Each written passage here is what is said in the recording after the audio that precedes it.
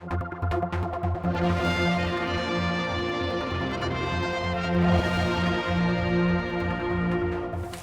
to item 2, questions, and I call on Mrs Christian to ask question 1.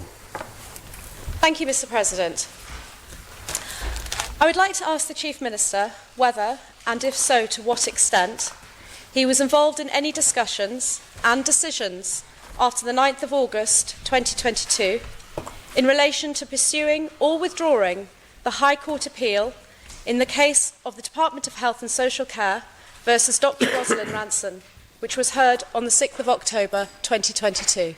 Thank you, Mr President. Call on Urchaveshok, Chief Minister, to reply. Thank you, Mr President. Mr President, I think it's important to clarify that this matter relates to an appeal and subsequent judgment delivered by His Honour Deemster Corlett on the 11th of October 2022. And from that judgment, I quote, that the appeal is in respect of paragraph 33 of an order made by the Employment and Equality Tribunal on the 1st of August 2022. The paragraph reads, and I quote the first couple of lines, "Besides providing the 2 certificates as above, Miss Healy must provide details of the entire approach she adopted to ensure proper disclosure and highlighting and explaining where and how matters had gone wrong." Mr President, from paragraph 4 of that judgment, the Department sought or seeks the quashing of paragraph 33 of the 1st of August 22 order. Primarily, the notice of appeal challenged that paragraph because it said that the EET, the Employment and Equality Tribunal, had thereby erred in law by requiring a legal advisor to breach legal professional privilege. Such privilege does, of course, belong to the client, and it had not waived privilege. Mr President, honourable members will be aware that the Cabinet Office and the Department for Health and Social Care partially responded to internal reviews of 2 Freedom of Information requests on Monday the 17th of April 2023 in response to requests covering broadly similar information sought by this question. These Freedom of Information requests remain subject to completion of internal review in full after the initial response to each was refused in order to protect the legal advice or privileged legal advice provided to the relevant departments.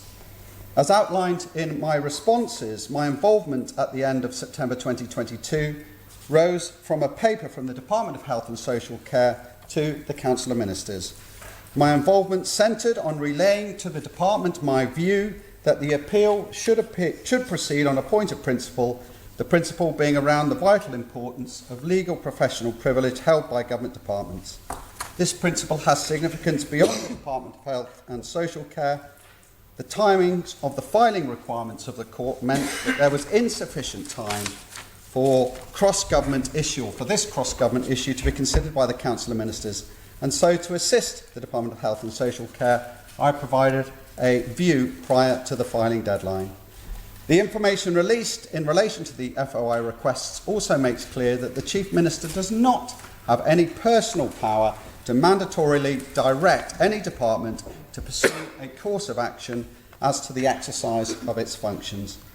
I am sure the honourable members appreciate that I cannot go into further detail about the background material in the DHSC paper which led to my involvement or otherwise in any discussions and decisions around the DHSC appeal heard on the 6th of October.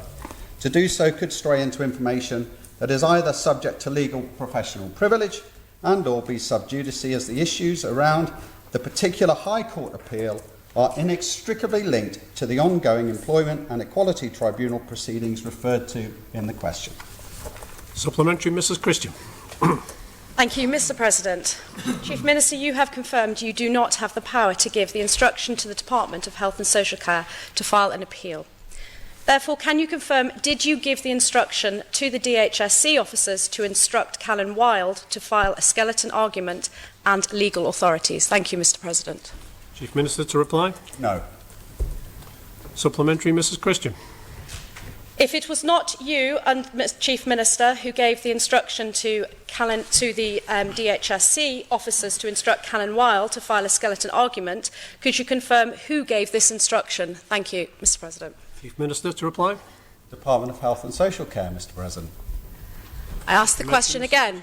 Thank you. Who gave the instruction to the Department of Health and Social Care? Thank you, Mr. President. Chief Minister to reply. I give the same answer again, the Department of Health and Social Care, Mr. President. Supplementary, Mr. Glover. Obviously under Section 6 of the Government Departments Act 1987, can I ask the Chief Minister what precisely was identified and relied upon as public interest in pursuing the second appeal?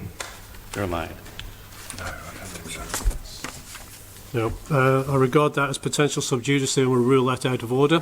Supplementary, Mrs. Christian. Thank you, Mr. President. Is the Chief Minister confident that due process was followed and that the DHSC officers had their Minister's instruction to give Callan Wild and that due correct process was followed? Thank you, Mr. President. Chief Minister to reply.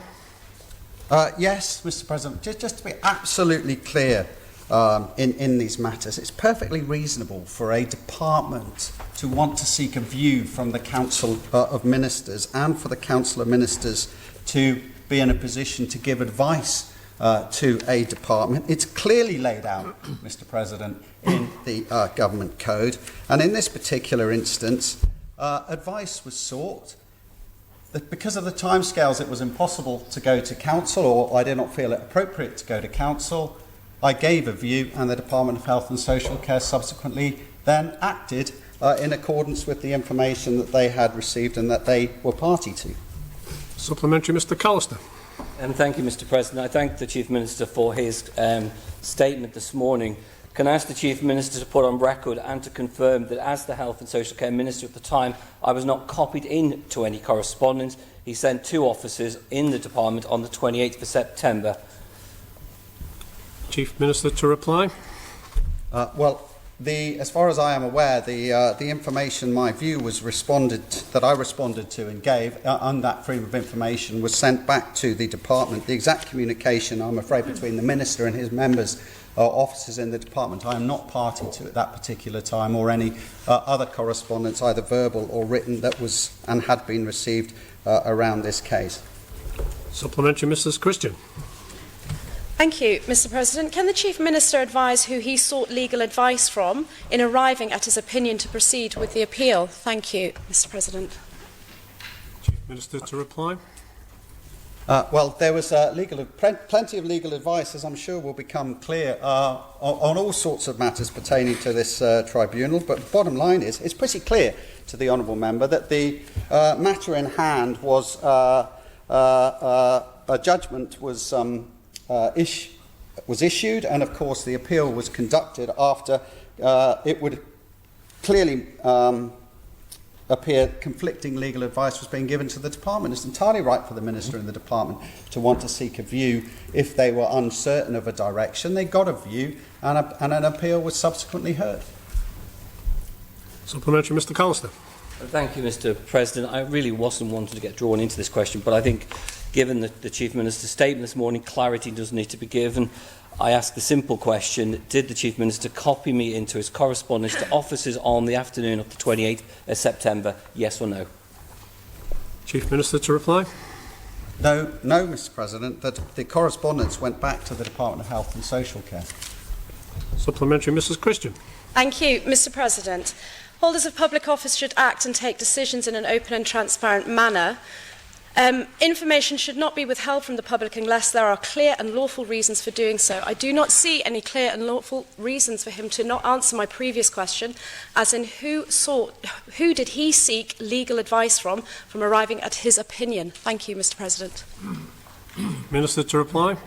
Well, clearly legal advice was being provided, but ultimately, of course, much of that legal advice at the time was being provided from the Attorney General's chambers. So I can say that I was looking at written advice and council papers that had come from the government, and at the time I had various conversations with senior officers who were advising me, and my advice back to the department, as was set out in the email that was released under the Freedom of Information Act. Supplementary, Mrs. Christian. Thank you, Mr. President. And I shall make this my final question. The Chief Minister has advised that he'd sought legal advice from the Attorney General Chambers, who would have been conflicted in giving him legal advice or any advice on this topic because they were the ones who initiated the appeal. Could the Chief Minister also advise if he was aware that Callan Wilde, the Minister and the members of the Department did not agree with proceeding with the appeal? Thank you, Mr President. Chief Minister to reply. Yes, I think I made it absolutely clear at the beginning, Mr President, that the Minister and the Department were uncertain of a way forward, had conflicting legal advice and sought a view from the Council of Ministers. The Council of Ministers was unable to give that view. I proceeded to give the Minister and the Department a view, and as a result, an appeal was launched against paragraph 33 of the order from the Employment and Equality Tribunal. Supplementary, Mr Morehouse. Thank you, Mr President. All the Council of Ministers weren't involved in this process. Were any of the Council of Ministers involved in providing advice to you at this point? Thank you, Mr President. Chief Minister to reply. Well, Mr President, I generally look to seek advice from senior professional officers and also from senior politicians from within the Council from time to time. I confirm that I did speak at the particular time to the Deputy Chief Minister, but I often reach out for advice from other people before making decisions, and this is entirely appropriate to do so. Yes, I did seek advice prior to making a decision. Move on to question 2. I call on the Honourable Member for Arbury Castletown Maloo, Mr Morehouse. Thank you, Mr President. I would like to ask the Chief Minister on what date the Council of Ministers has been updated on airport parking charges. Thank you. Call on Nigel Bayshot, Chief Minister to reply. Thank you, Mr President. Council of Ministers was advised of the forthcoming charges to parking fees at the Isle of Man Airport on the 6th of April 2023 and again on the 19th of April 2023 by the Minister of Infrastructure. Supplementary, Mr Morehouse. Thank you, Mr Speaker, and thank you, Mr President. Going slightly further back in terms of the full term the Chief Minister has served, were any briefing notes actually provided with regard to the decision to actually start charging for airport parking last May? It's been suggested that delay was actually caused by the need to actually support local people at a very challenging time. Thank you, Mr President. Chief Minister to reply. What I can tell the Honourable Member was on the 28th of April 2022, the Minister of the DOI briefed Council on plans to introduce a new car park payment system and advised that the public would be given due notice about its introduction. And on the 26th of May 2022, the Minister confirmed to Council that the payment app was up and running. Supplementary, Mr Morehouse. Thank you, Mr President, and thank you, Chief Minister.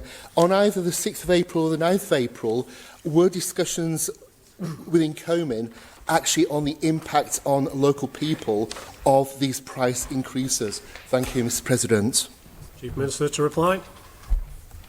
Well, no, there was no formal paper from my recollection. It was just simply that we were advised that car parking changes were about to change at the airport and that there would be some form of public consultation. We move on to question 3, and I call on the Honourable Member for Arbury Castletown Maloo, Mr Morehouse. Thank you, Mr President. I would like to ask the Minister for Infrastructure why his department has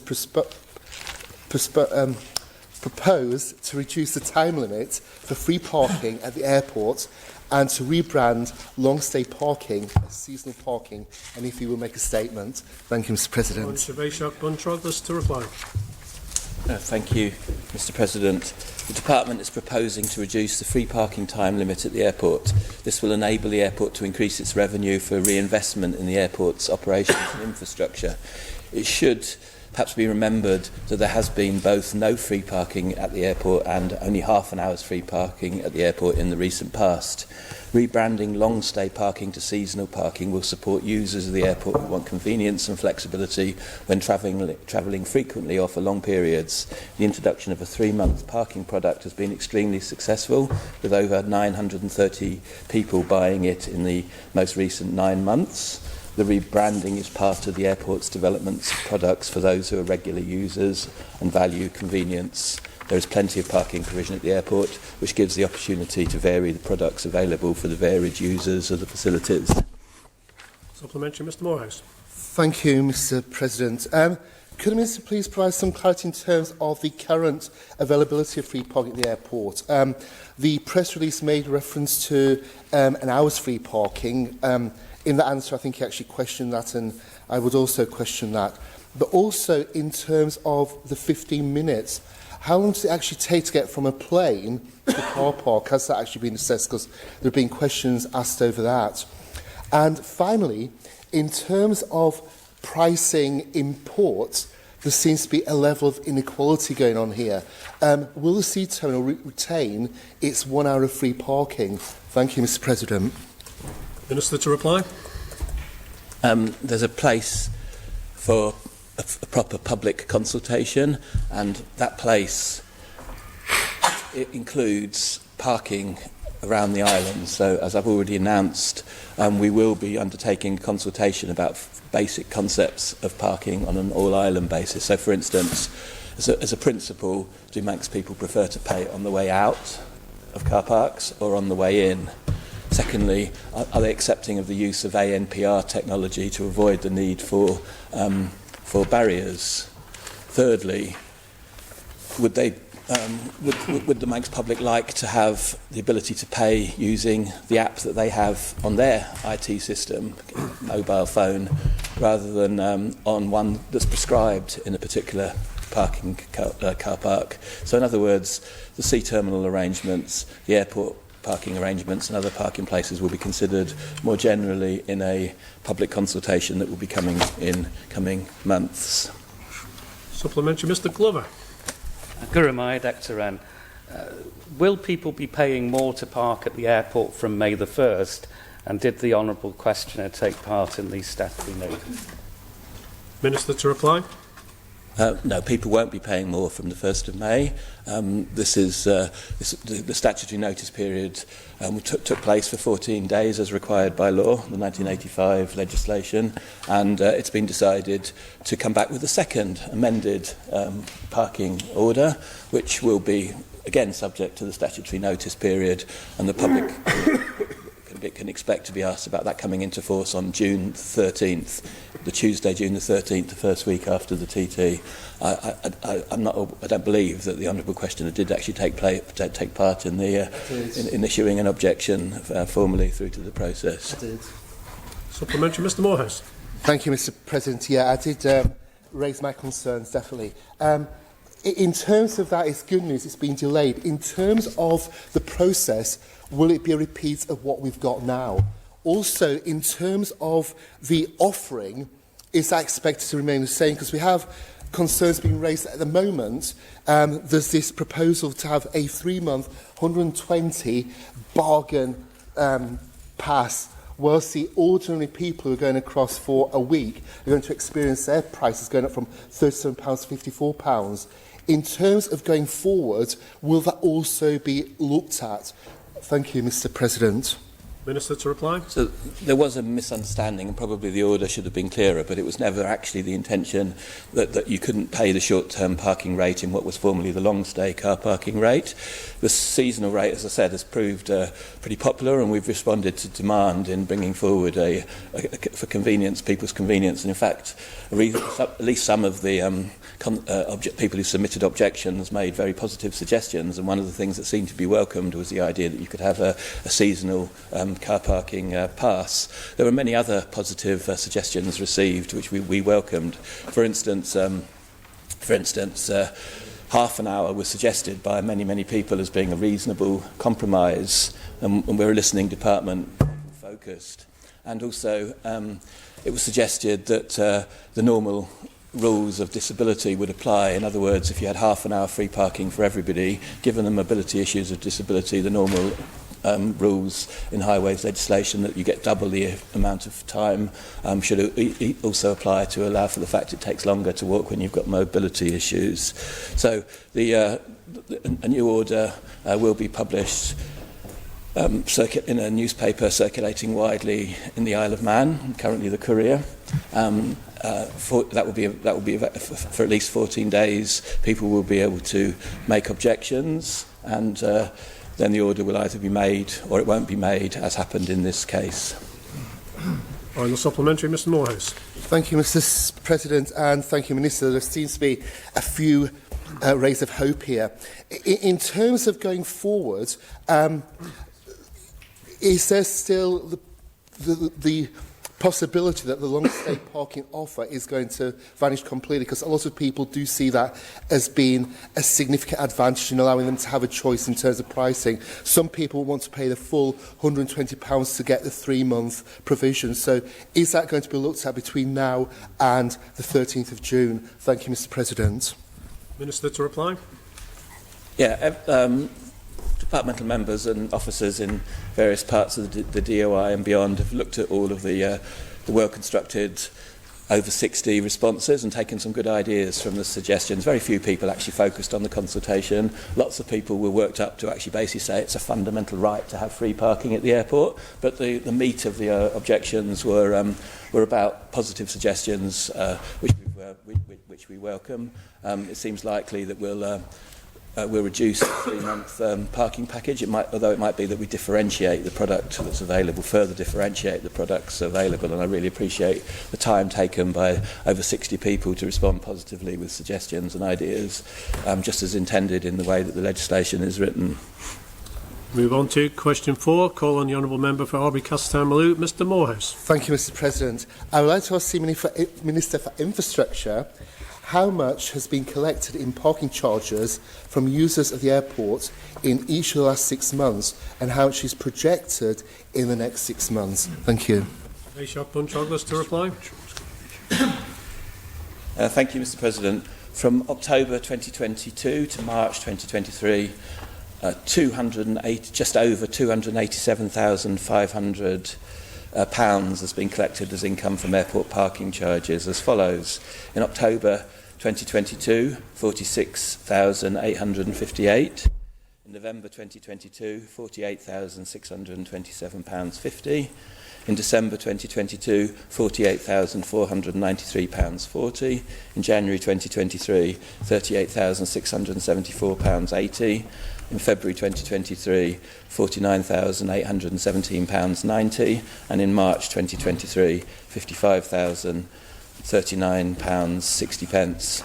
If prices are increased based upon the proposed draft airport parking order, both the first one and the number 2 version, it is anticipated that income would increase, perhaps to around £350,000 for the next 6 months. The highest amount raised in recent years has been £400,000 from a 6-month period. The biggest factor in the amount of revenue that's taken from airport parking is the number of passengers travelling, and as passengers increase, the amount can be expected to increase as well. Supplementary, Mr Morehouse. Thank you, Mr. President, and thank you, Minister, for that detailed breakdown. In terms of this being a revenue-raising exercise, the Minister hasn't shied away from that fact. But in terms of the impact on local people of cars and other vehicles being left in the neighbourhood, has any research been done on that? Thank you, Mr. President. Yes. To reply. Thank you, Mr. President. Yes. In fact, Highways Division has actually worked with Maloo commissioners to put in place restrictions in various parts of Maloo in particular, and would also do that with Castletown in the past.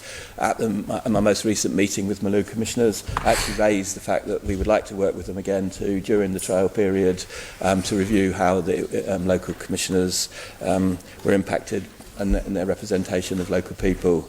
It's very important to make sure that this doesn't have a detrimental impact on people living around the airport. Supplementary, Mr Morehouse. Thank you, Mr. President, and thank you, Minister. In terms of the £120 proposed new pass, is any information available on that in terms of the number of people he's expecting to be taking those up? Thank you, Mr. President. Minister to reply. So I think we missed the question. Please repeat, Mr. Thank you, Mr. President. Yeah, in terms of the £120 3-month pass, assuming that's going to be made available in June, does the Minister have any indication of how many people are expected to take up that offering? Thank you, Mr. President. Minister to reply. Thank you, Mr President, and to the questioner for repeating the question. As I said, it's based on substantial take-up of the existing seasonal product, which we're providing in a different basis, because ultimately there are perhaps 4 car parks around the airport, so we want to make sure we use the space to fulfil everybody's objectives. Also, it has been noticed that some people have chosen to pay in advance an airport parking charge that allows them to stay for 3 months, so we expect significant take-up of this product. And in fact, that's, for instance, hope I can say this, somebody from the hospital wrote saying they come over regularly, couldn't we do this for a whole year? Couldn't we have a year's pass at 4 times the rate, because that would be really convenient for them, and so on. So we've had some really helpful feedback from people as part of this process. And a supplementary, Mr Morehouse. Thank you, Mr President, and thank you, Minister. In terms of the projected figures, it's quite interesting that there's this increase going to take place in terms of what is being suggested. Is that possibly due to the currently unused car park being made use of? The Minister there made reference to the 4th car parks. Presumably the 4th car park is the one that's currently out of use. And is that being planned to be brought back into use? Thank you, Mr President. Minister to reply. No, you're right, but there are practical, realistic politicians, and then there are politicians who want everything to be for free and nobody to ever pay any taxes. And you're right. I mean, we do plan to bring back into use that car park, and we're already selling spaces in it. You know, it's hundreds. It's a great deal of money to bring that car park back into use, to be able to use helpful, to put in barriers, to put in an NPR system. And our preference is not to put in barriers. Our preference, it all costs money. We can do all of this stuff and imagine it all costs nothing, but it doesn't. It costs money, and so therefore what we're doing in the DOI and the various divisions is at least try and be responsible in terms of our politics and not making false promises that we can't keep. Move on to question 5. Call on the honourable member for Douglas South, Mrs Christian. Sorry, thank you, Mr President. I'd like to ask the Minister for Infrastructure what economic and equality impact assessments will have been completed before the airport parking charges change. Thank you, Mr President. To reply. Thank you, Mr President, and to the questioner for the question. The Department gave notice that it was proposing to increase parking charges at the airport. However, this is not a shift in government policy or a significant legislative change or a major project. With regard to compliance with the public sector equality duty, it is not actually a formal legal requirement to undertake an equality impact assessment to demonstrate compliance with the duty. However, the feedback received during and after the statutory notice period demonstrates, to my mind, compliance with the public sector equality duty through engagement. For instance, from this process, we listened to the feedback and recognised the potential adverse impact for disabled people and are making adjustments to the scheme to further meet the needs. You know, ultimately we were putting around 10 disabled places very, very close to the airport, which weren't there previously. We are working with some private firms, we hope, to actually put in place facilities to around that, depending on revenue and ability and contracts and so the like. So we are actually working very closely. We're looking to change facilities inside the airport. So I'm pretty confident that we're taking our duties from a public sector equality duty seriously. I've also mentioned that I think it was misunderstood that the amount of free parking you get doubles when you have a blue pass, a blue card, for instance, a blue pass, so therefore that's another factor. In respect to the economics, an assessment has been made that is, and that is why the charges are being increased. This is an assessment of the commercial impacts and the impact on revenue, an island-wide economic impact assessment on things like the business community, the less well-off, the impact on bus and taxi travel, the impact on flight sales. This has not been undertaken, unfortunately, because in our humble opinion, it would be disproportionate for a charge in parking fees. Supplementary, Mrs Christian. Thank you. Mr President, does the Minister agree with me that an equality impact assessment is an evidence-based approach designed to help organisations such as the government ensure that their policies and decision-making processes are fair and do not present barriers to participation or disadvantage any protected groups from participation? Thank you, Mr President.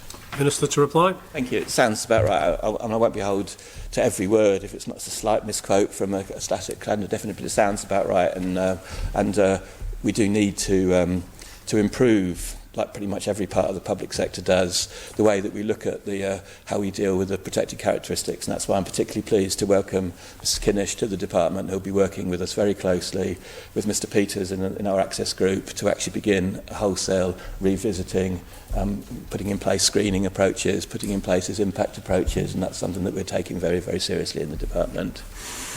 Supplementary, Mrs Christian. Thank you, Mr President. Minister, there's no legal obligation to publish the EIA when they are completed, but will the Minister agree to publish this in the interest of the public? Thank you, Mr President. Minister to reply.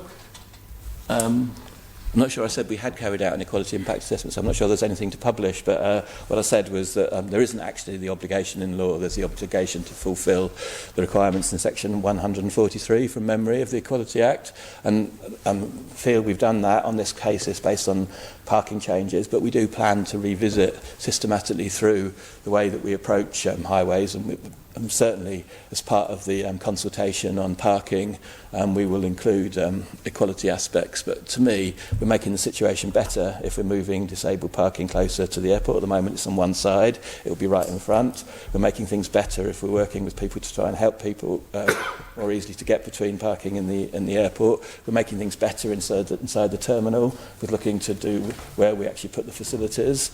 So to me, we're showing positive signs in this sort of space rather than negative signs. But I'm looking forward to working with Mrs Kinnish, Mr Peters, and all the other members and officers in the department, Mr Glover, to actually make sure that throughout the whole of the department we systematically do what we can afford to do, because it's an important thing to be done. Supplementary, Mrs Christian. Thank you, Mr President. I wonder if the Minister might just clarify one point. When you completed your assessment on the commercial impact, did you consult the stakeholders, including the businesses inside the terminal, airside and landside? And also, did you also work with the Department of Enterprise colleagues on this matter as well? Thank you, Mr President. Minister to reply. And I don't believe either of those. We were presented all the information about the two car parking providers, the two services, and obviously things are changing profoundly. You know, over the last 12 months, I've had a series of issues to do with all of the private sector providers around the airport, in the sense that business hasn't been flourishing given the lack of people flying these days in the last 12 months or so.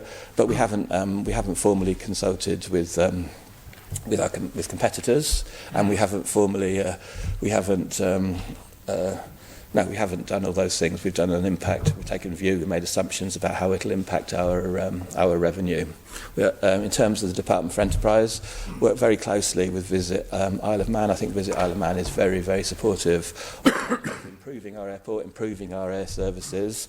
And I think at the most recent airport board, we asked DFE to come back from all of the agencies with input in terms of the parking order, and as far as I'm aware they haven't yet come back, but we did request all of the agencies to give us feedback, and at that time, at that meeting, there wasn't any awareness of any great view from the businesses, Visitor, Isle of Man. That's what we were told at the meeting, and I was expecting some feedback in the last couple of weeks, which hasn't as yet appeared, but it doesn't matter. We've got a second order that people can input into. And a supplementary, Mrs Christian. Thank you. Just one quick one. Would the Minister agree to making their responses a note of public information? Thank you, Mr President. Minister to reply. The DFE response. I'll ask, thank you, I'll ask the officer in DFE if he'll ask all of the agencies to make a public statement about their views of airport parking charges. Yep. We move on to question 6, and I call on the Honourable Member for Arbury-Castlemaine, Mr Morehouse. Thank you, Mr President.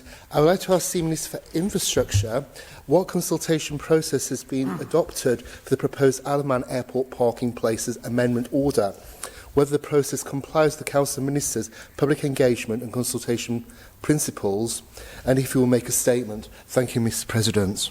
Go on, Chavesha Puntraglis to reply. The process is described in the second schedule to the Road Traffic Regulation Act 1985, which by chance was amended in 1989. So by my quick calculation, it's been the same process that's been followed for 33 years. So conceivably, it could be in need of an update. In other words, a number of people have suggested to us that it's no longer necessary to advertise in the newspaper. Well, I mean, we pay money to advertise in the newspaper. I'm a big fan of newspapers, but it is a possibility. If that's what the public think, you know, we could look to the law. So I'll read out the process. The department must publicise any proposal it has to issue a notice under Section 3.1 in such a way as it considers will bring to public attention the general effect of the proposed notice, any alternative route that will be available for traffic, and where the notice will. Sorry, that's Schedule 1. Apologies. Where the department proposes to make an order to which this schedule applies, it shall prepare a draft of the order and cause notice of the proposal to be published in at least one newspaper, published and circulating in the island, and such notice shall state the general effect of the proposal and specify the land or highway to which the proposal relates, name a place where a copy of the draft order and of any map referred to therein may be inspected by any person free of charge at all reasonable hours during a period specified in the notice, being a period of not less than 14 days, beginning with the date on which the notice is first published, and state that not later than the end of the period, any person may, by notice in writing to the department, object to the proposal. The department shall not make the order before the expiration of the period referred to in subparagraph 1b, and shall, before doing so, consider any objections made with respect to the proposal and not withdrawn. So the crucial points in that are, as it talks about in writing, which doesn't prohibit any email, and most people responded to us by email. It's not a public consultation. I kept asking Mr Morehouse what questions he wanted in the forthcoming public consultation. I kept suggesting, you know, would a question like, do you want to pay more for parking, be the one he had in mind, or do you want free parking? And what question he would have what answer he would have expected in response to those questions. What we need to do is to have a proper consultation about ANPR, about paying on the way out rather than the way in, the need to standardise the use of apps versus the use of payment in other ways. We will be consulting, although that's a place for a public consultation, but we will follow the law for notices. Is that a consultation? There are profound disagreements around the public service whether what I've just read out in the law is a consultation or not. Most literally, it's a statutory notice to which you invite objections, which has come to be seen by most people as being a consultation process, but it's not a consultation as such, it's a statutory notice to which objections are invited. So be it. I wonder what I was supposed to read out. Thank you, Mr President. Supplementary, Mr Morehouse. Thank you, Mr President, and thank you very much. A lot of detail there, perhaps not all strictly relevant. In terms of the question, it's focusing on the consultation process, and the Minister in his answer there gave us the suggestion that the consultation process hadn't been followed, but the statutory order had taken place as it should have done. And I think this is a problem that during the past month we've had two situations taking place. We've had the airport and various other people talk about a consultation when it's not actually been a consultation, it's just been the opportunity to comment on a specific statutory order. In terms of going forward and the next opportunity to comment on a statutory order, could the Minister really clarify that position that this is not a consultation, the consultation is separate, we don't need to go into details of that, but the statutory order will just look at this single clear item in terms of airport parking.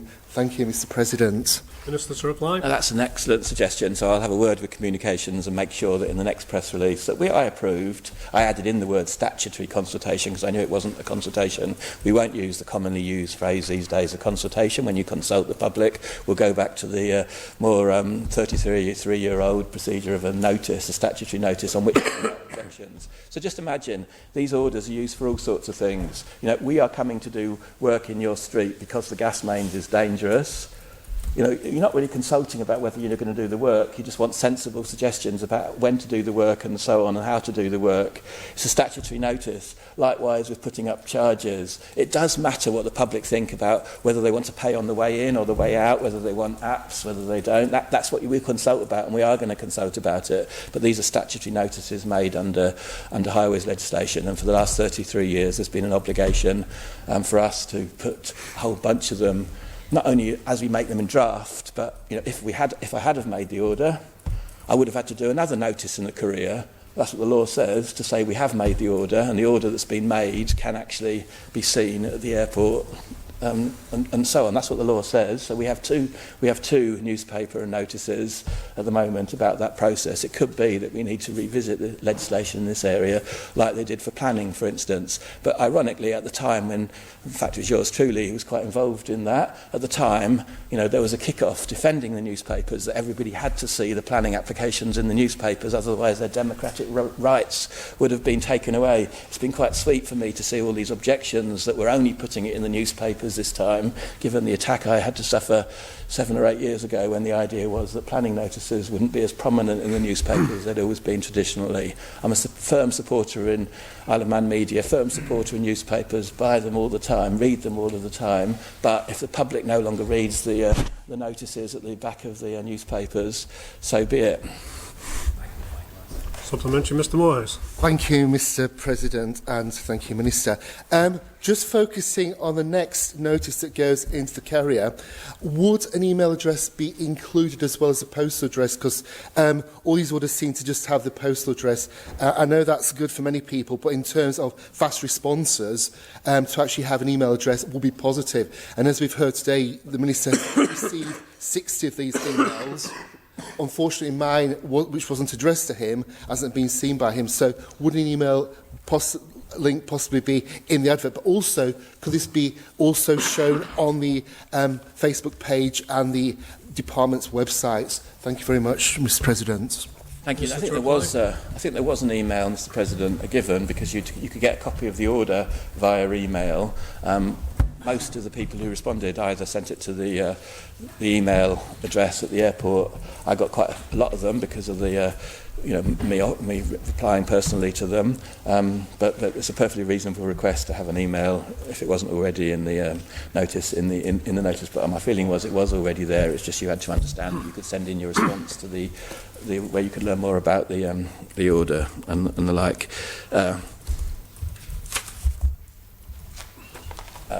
Thank you, Minister. Yeah. But, of course, we can modernise the process. Final supplementary, Mr Moorhouse. Thank you, Mr President, and thank you, Minister. In terms of the process going forward, the Minister again seems to be favouring the statutory approach and using the highway order. In terms of it being a national asset and it impacting on lots of local people on a daily basis, wouldn't a full consultation be more appropriate for the airport at this time in terms of going forward and getting this clear data? Thank you, Mr President. Minister to reply. No, the Minister prefers to follow the law. Move on to question 7. I call on the Honourable Member for Douglas South, Mrs Christian. Thank you, Mr President. I would like to ask the Minister for Health and Social Care what impact Eurovision 2023 has had on A, the delivery of patient services in Liverpool, B, the cost of patient services in Liverpool, and C, the cost of travel and accommodation for patient accessing services in Liverpool. Thank you, Mr President. Call on Shaveshok, Slad, Crail, Atia to reply. There will undoubtedly be a sizable short-term increase in the population of Liverpool when the Eurovision Song Contest takes place between Tuesday the 9th of May and Saturday the 13th. Manx Care's emergency planning team are in contact with emergency preparedness, resilience and response counterparts in Liverpool and the wider Cheshire and Merseyside area to understand surge capacity planning for emergency care and the impact on planned appointments and procedures during the period. The cost of patient services, by which I assume the Honourable Member means healthcare services provided by tertiary care providers, will be unaffected by Eurovision 2023. Manx Care is charged the established NHS tariff rates for services referred to partner tertiary care providers in the UK. Flight and taxi costs remain unaffected as the rates for patients travelling are fixed through the government contracts for air services with Logan Air and for taxi services in Liverpool with Computer Cabs Limited. There is no similar contracted arrangement for accommodation. However, prices can vary depending on the provider and are often cheaper further out of the city centre. Manx Care will facilitate patients' transport from their accommodation to their hospital as necessary. However, the majority of patients from the Isle of Man travel for appointments which do not require an overnight stay and are able to return the same day. Manx Care advised that they have had no communication from any of their partners that there will be or has been any impact on patients attending appointments due to Eurovision. Those partners typically keep us informed of such potential impacts, for example, as they have done with the recent nurses and doctor strikes in the UK. Supplementary, Mrs Christian. Thank you, Mr President. Sorry, just for clarification, could the Minister confirm that it's had no impact on longer-term delivery of the patient services? So, i.e., have any delays been made to actual patient operations due to, obviously, them needing capacity in Liverpool? And if this has had a knock-on effect, could he just advise what that's looking like? Thank you, Mr President. Minister to reply. Thank you, Mr President. As I outlined in my original answer, Manx Care advised they've had no communication from any of their partners that there will be or has been any impact on patients attending appointments due to Eurovision. Thank you. We move on to question 8, and I call on the Honourable Member for Arbury Castlemalu, Mr Morehouse. Thank you, Mr President. I would like to ask the Minister for Health and Social Care whether, in his opinion, the response issued on the 6th of April 2023 to the Freedom of Information request 2937137 was correct to the extent that it referred to the Department and to Manx Care, and if you will make a statement. Thank you. Call on Shaveshak, Salant, Crail. Further to discussion with the Treasury, I can advise the response issued by Treasury on the 6th of April 2023 to Freedom of Information request 2937137 were the records held by Treasury of the financial plan submitted by the Department of Health and Social Care. However, I do wish to clarify for the record there was a typographical error in the table included in Appendix 1 of the financial plan that was submitted to the Treasury by the Department. This error came to light only after the document was published as part of the FOI process. The error in the table was that the last 3 potential mitigations identified by Manx Care were incorrectly referenced as being supported by the Department when they are in fact not supported. This typographical error was not identified during the approval process, and the table was submitted to Treasury and subsequently disclosed as a result of the Freedom of Information request. Supplementary, Mr Morehouse. Thank you, Mr President, and thank you, Minister. In terms of that update, was that released publicly soon after the 12th of April when the mistake was noticed? Thank you, Mr President. Minister to reply. Thank you, Mr President. No, the Freedom of Information process requires that documents are provided that are accurate. The document was provided correctly by Treasury. There is a subsequent FOI request asking for the update, so I'm sure it will be provided as part of that in due course. Supplementary, Mr Morehouse. Thank you, Mr President, and thank you, Minister. Stress testing is becoming increasingly common, but some of these suggestions put forward by Manx Care have been quite extreme, and the term severe financial constraints was used to describe the DHSC's support for quite serious moves. In terms of severe financial constraints related to this context, what is envisaged? What's the scenario, please? Thank you, Mr President. Minister to reply. Thank you, Mr President. This question was about the whether that FOI document that was released was correct. I've confirmed that it was. There are further questions down the order paper relating to Manx Care's financial position, and I would really not like to prejudge the answers to those later questions. Final supplementary, Mr Morehouse. Thank you, Mr President, and thank you, Minister. In terms of the 3 errors that were identified in the previous answer, is everything else in the report correct as it stands? Thank you, Mr President. Minister to reply. Thank you, Mr President. I think my original answer was explicit around that. Move on to question 9. Call on the Honourable Member for Douglas North, Mr Ashford. Thank you, Mr President. I beg to ask the Minister for Health and Social Care what progress has been made with the healthcare reform bill, and when it is expected A, to go out to public consultation, and B, to enter the branches. Call on Shaveshak, Slant, Crail, Atia to reply. The National Health and Social Care Services Bill, or broadly Reform Bill, is intended to modernise, simplify and integrate health and social care service legislation to support the Department's future vision for the island's National Health and Social Care Service. Health and Care Transformation is leading the development of the Reform Bill as part of the Improved Legislative Framework Programme established as recommended by the Sir Jonathan Michael Review. This work includes reviewing existing provisions, namely the National Health Services Act 2001, the National Health and Care Service Act 2016 and the Social Services Act 2011, with the potential for them to be replaced with one comprehensive National Health and Social Care Service Bill. But the project also includes wider policy development to establish where there are gaps or issues that need to be addressed to support a modern integrated health and care system. As honourable members will be aware, the bill is timetabled as part of the Island Plan legislative programme for Phase 3. The introduction of the bill into the branches will depend on the results of consultation on key policy areas, legislative drafting resource and the subsequent public consultation on the draft bill itself. It is the Department's intention to commence public engagement through an initial policy consultation early this summer.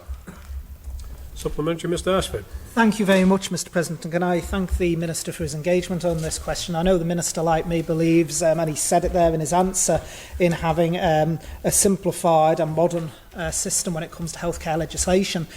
Would the Minister agree with me that this piece of legislation is important because it underpins quite a bit of the transformation work as well, and in order to actually get that simplification and that integrated healthcare system, this bill is a priority. The Minister mentioned there about it being in Phase 3.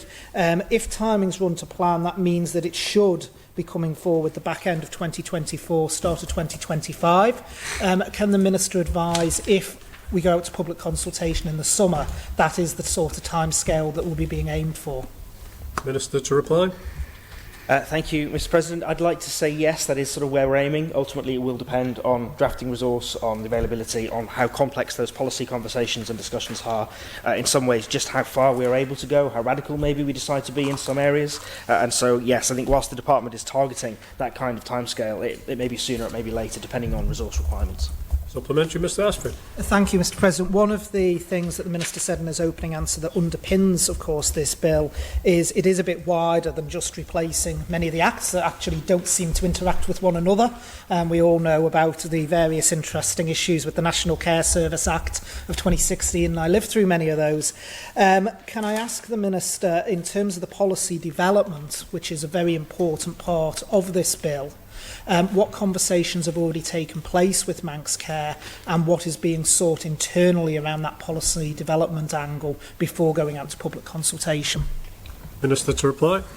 Thank you, Mr President. Yes, we have subject matter experts involved in the policy development process. I'd rather not be proposing things to the public that we aren't able to deliver or go against medical or clinical advice. So people are very much fully engaged with this process, not just Manx Care but also Tynwald members as well. There is a workshop, as the member knows, at the end of this week discussing nursing and residential care. Even that level of policy actually is important to get a feel for where Tynwald thinks we should be going in respect of the future of nursing, future of health and social care provision on the island. Supplementary, Mr Ashford. Thank you very much, Mr President. Can I just get the Minister to confirm that, as per it stated in the Island Plan, so I hope it still is the case, that the plan for the reform bill or the actual Health and Social Care Services Bill is that it will actually replace the National Health Services Act 2001 and the National Health Services Care Act 2016 and possibly Social Services Care Act 2001 as well, rather than actually simply amending them. The plan is that they will effectively be abolished and this Act will be in its place. Minister to reply. Yes, that is the current intention, is to repeal and replace all three of those acts. It may turn out there is a better way of doing things. As always in life, you never know quite what's going to happen before it happens, but at this moment in time, the intention is absolutely to replace all three of those pieces of legislation with a single comprehensive act. Final supplementary, Mr Ashford. Final supplementary, Mr President. Is the Minister aware of any pieces of transformation work that are held up awaiting this bill going through the branches and becoming law? Minister to reply. I'm not aware of anything that's being held up. I think transformation is being delivered according to a timetable which takes into account the requirements for changing some of the underlying legislation. So I think it's all been timetabled, taking into account where we're going to be in terms of legislative change. So I'm not aware of anything that's being held up as a result of this bill needing to progress. Move on to question 10, and I call on the Honourable Member for Arbury Castlemalu, Mr Glover. Gurumaya, Dr. I wish to ask the Minister for Justice and Home Affairs, how many threats to staff working in education and health settings have been referred to the police since the 1st of January 2023, and how many investigations have been opened? Call on Siobhan Care as Cushton Stye to reply. Thank you, Mr President. There have been 10 reports recorded on police systems since the 1st of January 2023 and 3 remain under investigation. Thank you. Supplementary, Mr Glover. Guramaid Ectoren. Obviously that's a disturbing number, and I'm sure there have been others that haven't actually gone to the police as well. So the message really, I'm sure the Minister will agree, has to be sent out from this court that threats to anybody working in education, health or anywhere indeed should be absolutely condemned. Minister to reply. Yes, absolutely. I would agree with that, Mr President. Move on to the next question, which is question 11, which has been converted to written answer. And we now move on to the next question, 12, 13 and 14, which has been agreed to be grouped. So each member will ask their question before the Minister will answer all questions as one. So if I call on the Honourable Member for Rushen, Dr Hayward, is not in the chamber at the moment. Therefore, we will call on the Honourable Lauder to ask question 13. Good morning, Director. And I beg leave to ask the Minister for Education, Sport and Culture if she will provide an update on the replacement Castle Rushen High School. And therefore, move on to question 14 and ask the Honourable Member for Arbury Castellmaloo, Mr Cooke, to ask his question. Guramaid Ectoren, I seek leave to ask the Minister for Education, Sport and Culture what the proposed timeline is for the development of the new Castle Rushen High School and Southern Regional Pool. Right, I'll now call on the Sheveshok Inzi Sporters Culture to answer those questions. Thank you, Mr President. Further to my statement made in another honourable place in December 2022 and my department's drop-in session for honourable members on the 14th of February, the department did finalise an updated business case for the Castle Rushen High School site. The department submitted the business case to Treasury in February. Subsequently to this, my department are now putting further information together for the Strategic Asset and Capital Investment Committee. This is currently being finalised ahead of submission to the committee.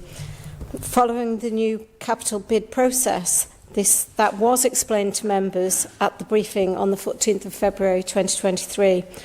Once submitted, the department will need to receive the necessary approvals in order to proceed further to the design stage.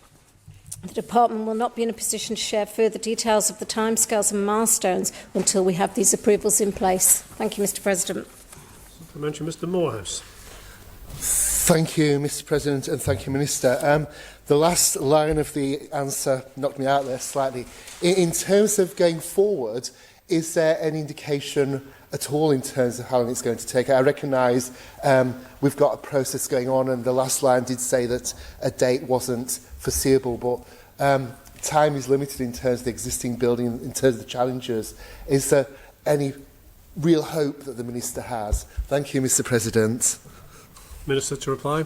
Thank you, Mr President.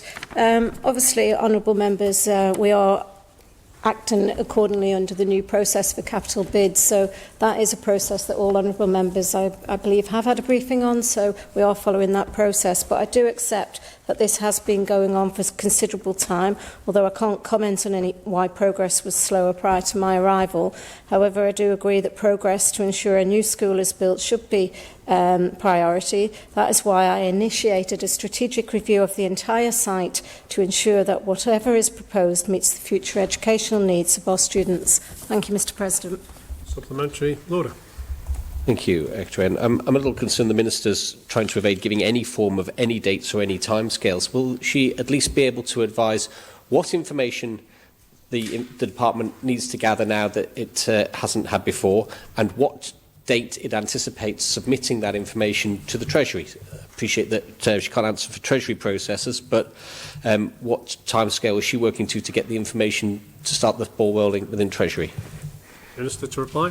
Thank you, Mr President. Obviously, the ball is rolling within Treasury, and it's now gone to the Strategic Asset Group for further consideration. With regards to when that will happen, it's imminent, and I'm happy to circulate to honourable members when that actually does happen. With regards to timelines, my expectation is that the next opportunity to put it into the capital bid process, which I believe is July for Treasury, it will be there at that point in time. We can put capital bids in 3 times a year now. Supplementary. Mr Glover. Gurumad, Ectoran. I guess the people in our constituencies have heard this for many, many years now. So will the Minister commit to putting out into the public domain some sort of information at the very earliest opportunity? Minister to reply. Thank you, Mr President. As provided within my oral answer in another place, the Department have progressed with an initial feasibility study, and we've now worked as well with the Manx Development Corporation, who are very experienced in school design. The master plan has established a workable concept for design of the school, together with consideration of future role growth and solutions for future expansion, encompassing proposed provision of good recreational and sporting facilities. The master plan outlines a phased approach to the project with high-level costings at each phase. Supplementary, Mr Moorhouse. Thank you, Mr President. In terms of the July date, we haven't got much information in terms of going forward. If we actually reverse the process and go backwards, is the Minister actually pleased with what she's achieved in the last 18 months? And was the response from Treasury the response that she expected? Thank you, Mr President. Minister to reply. Thank you, Mr President. I think the Honourable Member was present at the presentation on the 14th of February, as was the Treasury Minister, who unfortunately is not here today. There's a clear commitment from this government around the Castle Rushen school replacement. And yes, I am happy with the progress, because we've done a full strategic review of that site and we're going to maximise the opportunities on that site. Supplementary, Lauder. Could the Minister then talk us through where we're at, because my understanding was that money was approved in the budget in February for design fees, and yet so far we haven't seen a tender, for example, for architects for this. So I think we still need to know a little bit more about where we're up to in the Treasury and Department process for this, because I think there's expectations that by now we'd be starting to look at actually engaging with people and having got the master plan as to whether that master plan is fit for purpose. Could the Minister perhaps confirm whether even the senior leadership team at Castle Rushen High School has been shown the document that has been shared with honourable members? Minister to reply. Thank you, Mr President. I do understand that the head teacher is aware of the new concept. Leadership team, I asked. Well, it's up to the head teacher to ensure that his leadership team, but I will take that on board and I'll make sure that the leadership team are aware. But the Honourable Member is right. This process has to take place, and the new process for capital bids is that will be managed by the major project units. It won't be managed by the department. We are the customer. We will set forward what our concept design is, and then it will be picked up by the design team within the major projects unit. Supplementary, Mr Glover. Will the Minister commit to keeping the public informed as much as possible during this whole process when she can? Minister to reply. Certainly, the Honourable Member, we did state that when we met with them on the 14th of February with all Honourable Members. This is an important piece of work for the south of the island, and we need to ensure that all stakeholders are engaged. And I will work with the Capital Projects Unit to make sure that we do engage with all of the stakeholders within the south. Supplementary, Mr Lauder. The Honourable Minister will be aware that this has been the briefing in February was over 2 months ago, and no further news has been forthcoming. Will the Minister work with the Treasury Minister to publish an indicative timetable for where we're at now, with some of the key milestones and steps along the way, to end us up with when we're going to actually expect to see some sort of shovels in the ground in Castletown? I mean, just general milestones with some sort of broad outline of some sort of timetable that we can then sort of look at and see how realistic the planning is for this, as opposed to sort of wait and see until the next step, and here's the next step, and then wait and see what the next step is. But to get an overall view of this project. Good morning. Minister to reply. Thank you, Mr President. And the Honourable Questioner will be more familiar with the capital projects procedures than I am, and I know that he's reviewed that many times. There is a clear process within that. There is within the, obviously, the new capital projects unit. We'll be looking at this. I will be doing everything I can from an educational point of view to ensure that we have a timeline that can be published, so that all of honourable members are aware, plus residents in the area. And I'd like to say it. I'd like to see a date when the first spade will be in the ground. However, until we've got the full approval from Treasury, we've only got approval to go to this next stage at this present time. I will not be in a position to give that, but I'm happy to work with anybody to ensure that we can make this public as quick as possible on a timeline, but we do need to work closely with Treasury and the Capital Projects Unit. Supplementary, Mr Morehouse. Thank you, Mr President. Part of the answer is very hopeful in terms of things happening before the end of this academic year. In terms of the Minister, is there any possibility that she can actually say that before the end of this academic year, she's going to be able to talk to key stakeholders, talk to the parents, talk to children about what they're looking to see and have their input into the process? Thank you, Mr President. Minister to reply. Thank you, Mr President. I thank the honourable member for his question. Obviously, the end of the academic year is quite close. We've only got this half term left. I will work, as I've said, with Treasury and ensure that we can put out as much information as possible. But I think I will also request from Treasury that they circulate the new process for capital bids so that all honourable members are up to speed with that process and have an understanding of how I will be progressing it from the department's point of view. Supplementary, Mr Glover. Can the Minister give an indication of how long this current process then is going to take with Treasury and Capital Projects Unit? Minister to reply. Thank you, Mr President. As I've said, it's imminent. We will be putting our case back into the Strategic Committee, and obviously I think they meet fortnightly. I'm not sure. I'd have to call on one of my Treasury colleagues, or if it's monthly. We will have the outcome from that, and then we will work closely with the centralised project unit. Okay. We now move on to the next grouping of questions, which is 15, 16, 17 and 18, which has been agreed by all parties to ask their question and the Minister to answer as a whole. So, question 15, I call on the Honourable Member for Douglas South, Mrs Christian. Thank you, Mr President. I'd like to ask the Minister for Enterprise what role the Government has in ensuring Manx residents have access to credit card accounts with UK lenders, and if he would like to make a statement. Actually, the Minister has indicated that he is not going to answer as whole, so we will take that question 15 and call on Siobhan Gaster Daniel to reply. Thank you, Mr President. Yes, there wasn't, I haven't agreed actually to group them. There were some slight nuances in some of the questions, so they are... it's quite all right, Minister. Please proceed and we'll question thank individually. Thank you, Mr President, and thank the Honourable Member for her question. The subject of credit card has been raised in this Honourable Court on a number of occasions in recent years, and whilst not everyone has or uses a credit card, we are all aware of their importance in daily life. Choice has been eroded somewhat since many of the commercial card providers took the decision in recent years to cease providing new cards to island residents and in some cases to withdraw their cards completely.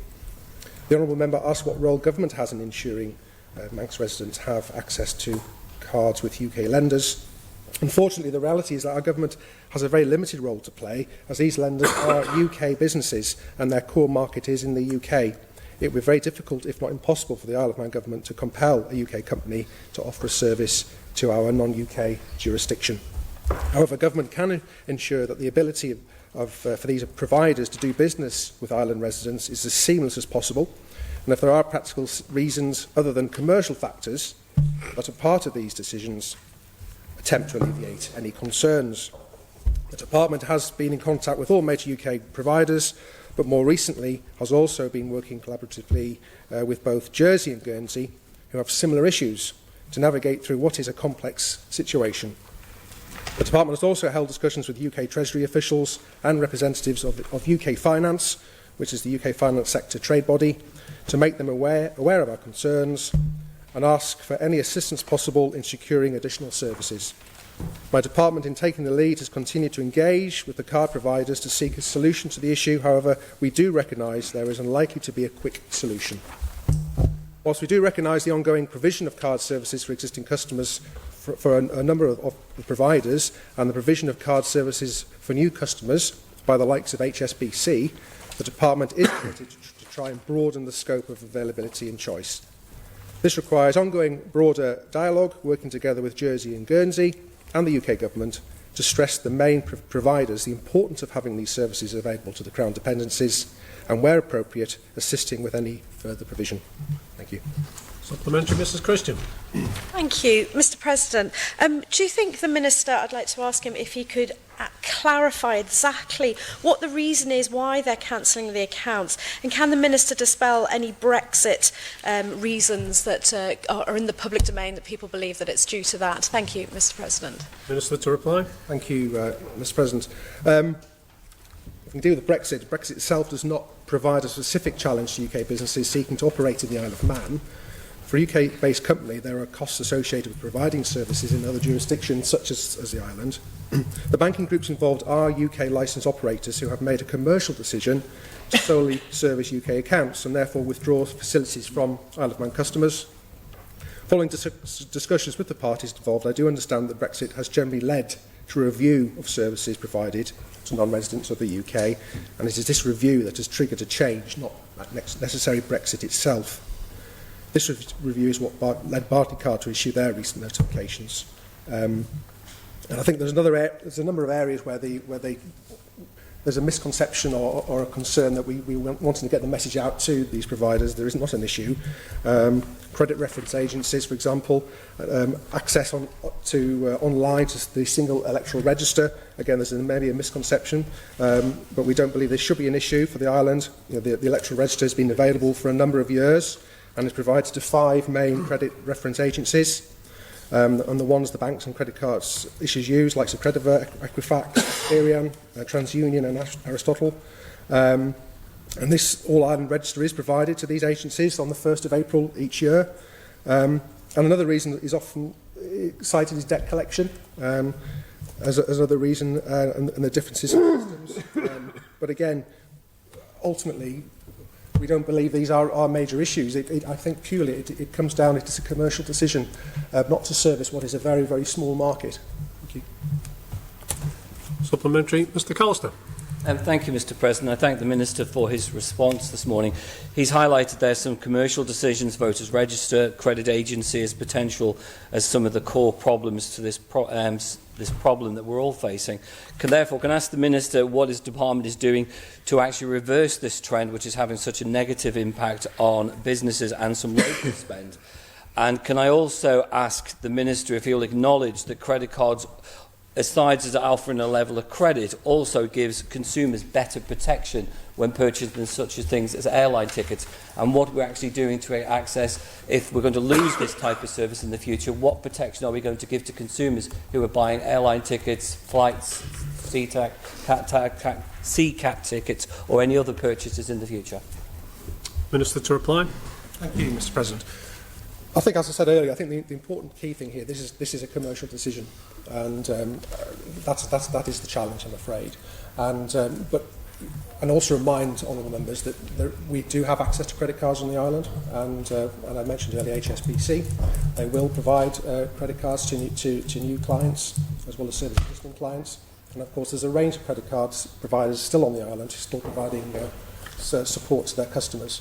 So I think the important thing is, as a government, we make sure we're working with the UK, as I said, discussions with HMS Treasury, also working closely with the Crown dependencies, which have similar issues. We all look at these things slightly differently, so I think it's important that we have a united voice with those Crown dependencies, to hopefully to have a broader, more sort of economies of scale, I suppose, and have a broader market, so that we potentially have a more compelling case, a commercial case, to put to the providers. Thank you. Supplementary, Mrs Christian. Thank you, Mr President. I'm wondering if the Minister can confirm if this was highlighted in the economic strategy as a risk to attracting 15,000 new residents, when it's widely known and publicly known that when you're an island resident, a majority of the UK credit card facilities will be cancelled when they move here. This is not something that would have attracted me back to the island 11 years ago, I can certainly say that. Does the Minister see that this is an urgent situation? And I would have expected there to be a little bit more in terms of communication with these lenders and to try and overcome what is a commercial decision. Thank you, Mr President. Minister to reply. Thank you, Mr President. I think the government's not in a position to overthrow what is a commercial decision. What we can do is have close contact with the lenders, which we do. We have a close relationship. We have written to them on many occasions. We do have contact. We have contact with HM Treasury, and we work with the pensions on that. There is ongoing dialogue to make sure that we are doing all we can. But ultimately, and as I say, what we need to do, where we have the power to do, is to make sure that we're sort of making sure that playing field is as level as possible. But ultimately, these are commercial decisions, the actions taken by UK-based card providers, we have got no control or no way of influencing those commercial decisions. But as I say, we will consciously work and make sure that we're doing what we can to make sure that these provisions are continued. And as I say, we can get credit cards on the Isle of Man at the present time, and I'm confident that we'll be able to do so in the future. Thank you. Supplementary, Mr Morehouse. Thank you, Mr President. I'm slightly concerned that we keep getting this reassuring phrase that we can get credit cards on the Isle of Man.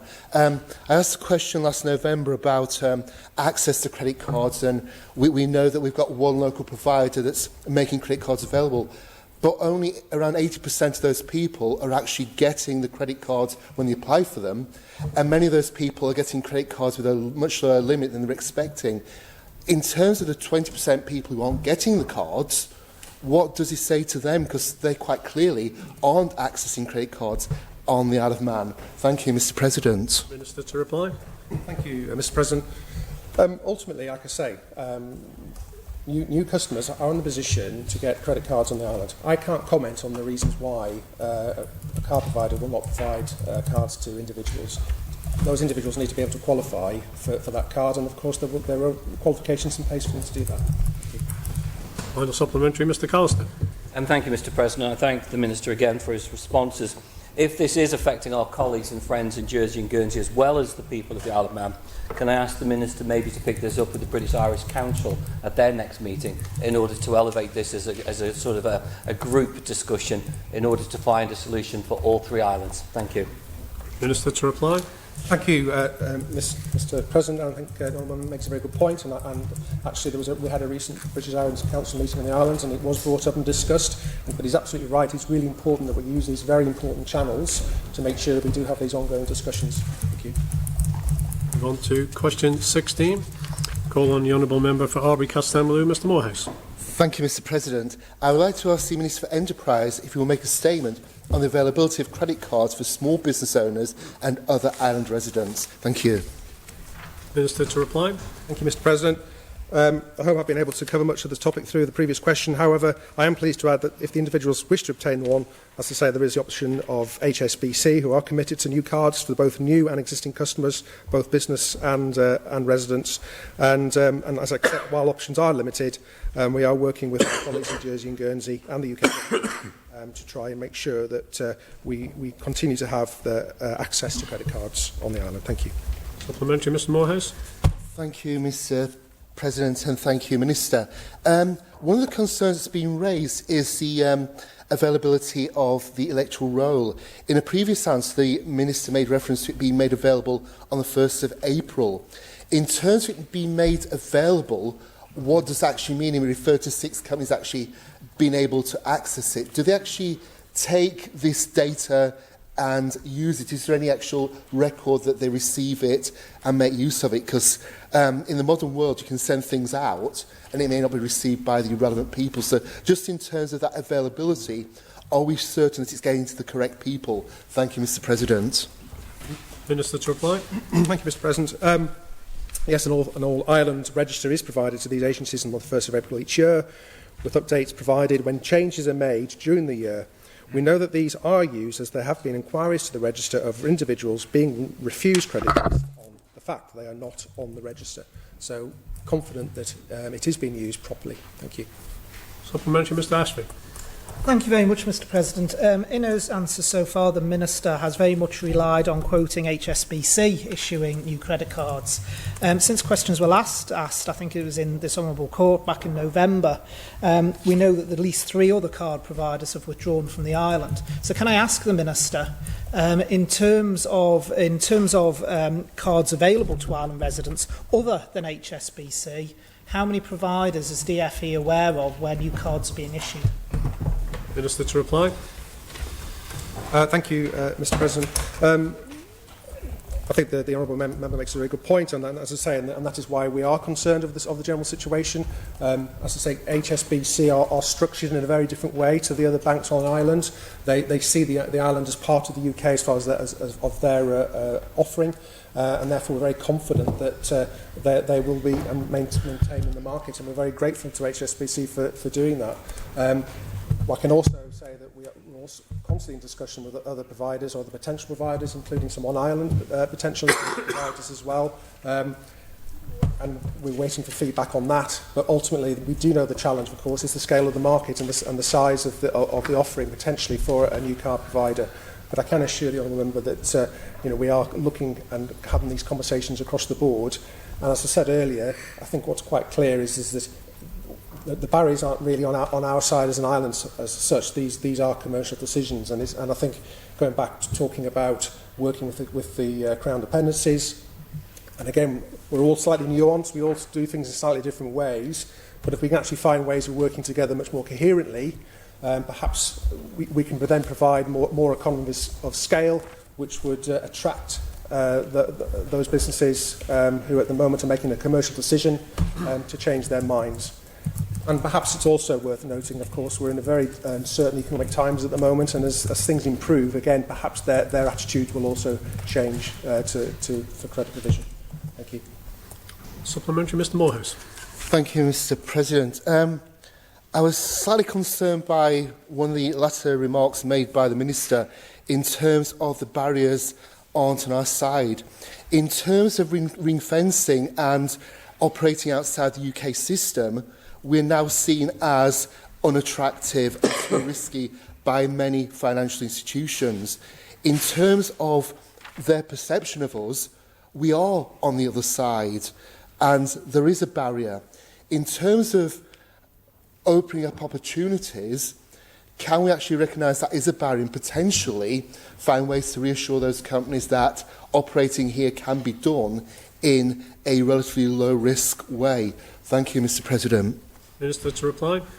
Thank you, Mr President. And I would stress that we do have a full range of credit services on the island. Our offshore provision throughout the full range of clearing banks on the island provide, as we're all aware, full range of mortgages, secured and unsecured loans, overdrafts, car loans. There is the full spectrum there of choice. And so I think it's important that we don't sort of forget that. We are talking here about credit card facility, which is obviously a concern. But as I said earlier, these credit card companies are UK based. They're not offshore based. Therefore, we are not in a position to compel them to change their offering. All we can do is try and understand the reasons behind those decisions and try to minimise those as much as we can. Thank you. Supplementary, Mr Ashford.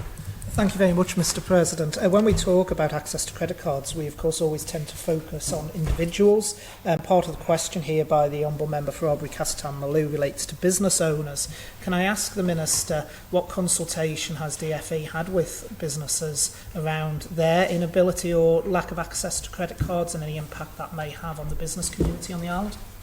Minister to reply. Thank you, Mr President. And yes, I think it's quite right. It's a concern as well. But we do have ongoing consultation through Finance Agency into the financial service, into business generally. And certainly we haven't had any direct feedback from business of any concern at this time. Thank you. Minister to reply. Apologies. Supplementary, Mrs Christian. Thank you, Mr President. I could just ask, as the Minister has confirmed this is UK lenders in his last response, could he advise, has he had any communication with Whitehall, and if they have made any indications as to whether they can make any help with speaking to these lenders on our behalf? Thank you, Mr President. Minister to reply. Thank you, Mr President. Yes, we've had contact, obviously, directly with HM Treasury on this, and again, we've approached them sort of as sort of through the Crown dependencies, making sure that we have a stronger voice by working together on that process. And I think certainly one of the messages that came out of from those discussions post Brexit was the recognition from Treasury and from government that sort of the British Islands as a whole need to have a stronger voice, and therefore we need to be seen and looked at slightly differently. And that's a conversation that we're building on, and to try and move this situation forward. So hopefully we can get into a position where the commercial lenders have got the confidence and are happy to supply these services to the island. Thank you. Supplementary, Mr Morehouse. Thank you, Mr President. In terms of small businesses, they've got tremendous problems at the moment, and accessing credit cards is one of those issues. For many small businesses that are just starting out, they're going to have poor credit ratings, they're going to have a lack of history, and it's really hard to get a credit card. Whereas in the UK, there's more companies offering these facilities, and that's giving the advantage of competitive firms in the UK. In terms of what Enterprise has done, has there been any discussions about this? Because it's not only short-term spending that's going to be an issue, but also many of these credit cards actually offer very favourable rates on borrowing. And again, any source of finance is going to be keenly looked on by local businesses. This is something that the Department is actively considering. Thank you, Mr President. Minister to reply. Thank you, Mr President. As I said, we haven't actually had any feedback directly from business on this matter. I mean, I would be concerned if businesses were using credit cards potentially for restructuring debt. I think there are much more effective and better ways of doing that, and I would imagine having conversations with the banks and having loans which are available, as I said earlier, would be a more sensible way of going forward. So yeah, at this stage, as I say, I really don't think that is a major issue. Thank you. And a supplementary, Ms August Hanson. Thank you, Mr President. Essentially what we're saying then is that there's only one organisation, HSBC, that's offering this service on island. Did Enterprise not see this coming? Because it seems like sort of a very serious issue that members are highlighting here that just doesn't seem to have sort of surfaced perhaps at an early enough point to address it. Thank you, Mr President. Minister to reply. Thank you, Mr President. As I said, at the present time, HSBC are in the islands and continue to provide a service of providing new credit cards to new customers as well as servicing existing customers. Other credit card companies are continuing to support their customers. So HSBC are not the only show in town as such, but of course, as I say, unfortunately, they are making changes. Some customers have found when they've made detailed changes, for example, they've moved house, that they found that at that point a credit card has been withdrawn, for example. These were commercial decisions. We were not given any notice of this, but this is but obviously this has raised concerns, and that is why we have been having conversations with them. And previous Minister back in November wrote to all the banks to try and understand what the issues were and why they made that decision. And so we have had ongoing dialogue, but ultimately government has limited power against a commercial decision made by UK-based lenders. Move on to question 17. A call on the Honourable Member for Douglas North, Mr Ashford. Thank you, Mr President. And again, on what seems to be the popular topic of the day, I'd like to ask the Minister for Enterprise, further to the answers given in the House of Keys on the 8th of November 2022, what engagement his department and the wider government have had with credit card providers to ensure residents can access credit cards, and what engagement has taken place with businesses to identify an on-island solution to this issue. Call on Shavashok Gasted Daniel to reply. Thank you, Mr President. And in the answer provided in another place into which the Honourable Member refers, my esteemed colleague, who was the Minister at the time, identified that we were in discussions with both Jersey and Guernsey to try and identify the common underlying issues. And whilst I've covered the topic in the previous two questions, I am happy to again confirm that the Department continues to work with both jurisdictions navigate through this what is a very complex situation. Since the last answer in November 2022, we've also held discussions with UK Treasury officials and representatives, as I say, from UK Finance. And my department will be taking the lead and has continued to engage with the card providers and also, as I say, having conversations with any businesses that potentially are looking to provide have a local solution. And there are challenges in that area for them. And what we are doing, is, I think it's part of that process, to help them is data gathering to understand what size the market is, to give them an idea. It is right that it's worth them trying to provide something in this space for the island. Thank you. Supplementary, Mr Ashford. Thank you very much, Mr President. I know that in late 2001, early 2002, there were actually several potential on-island solutions being worked on by various companies, some of which were actually quite well advanced. Can I ask the Minister, has there been further engagement since that period, and are there any solutions that now may be at the fruition stage? Minister to reply. I think it's fair to say that those discussions are ongoing, and ultimately I think the speed of that progress has been dictated by those companies themselves. They appreciate it's a difficult time at the moment, and I think other work has taken priority for them, but it's certainly something that we are having discussions with again now to realise that going forward that it would be, I think, an advantage to have more in this space. And certainly, I know the Finance Agency has been in discussions with them very recently to try and move that forward again. Thank you. Supplementary, Mr Moores. Thank you, Mr President.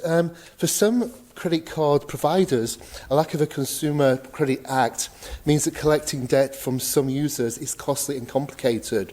Are any plans being put in place to resolve this issue? Thank you, Mr President. Minister to reply. Thank you, Mr President. Well, the Consumer Credit Act is actually about consumer protection, not lender protection. Credit cards are issued under the UK Consumer Credit Act, and so consumers are protected by the fact that those cards are issued in the UK by UK regulated providers under that UK legislation. Thank you. Supplementary, Mr Ashford. Thank you very much, Mr President.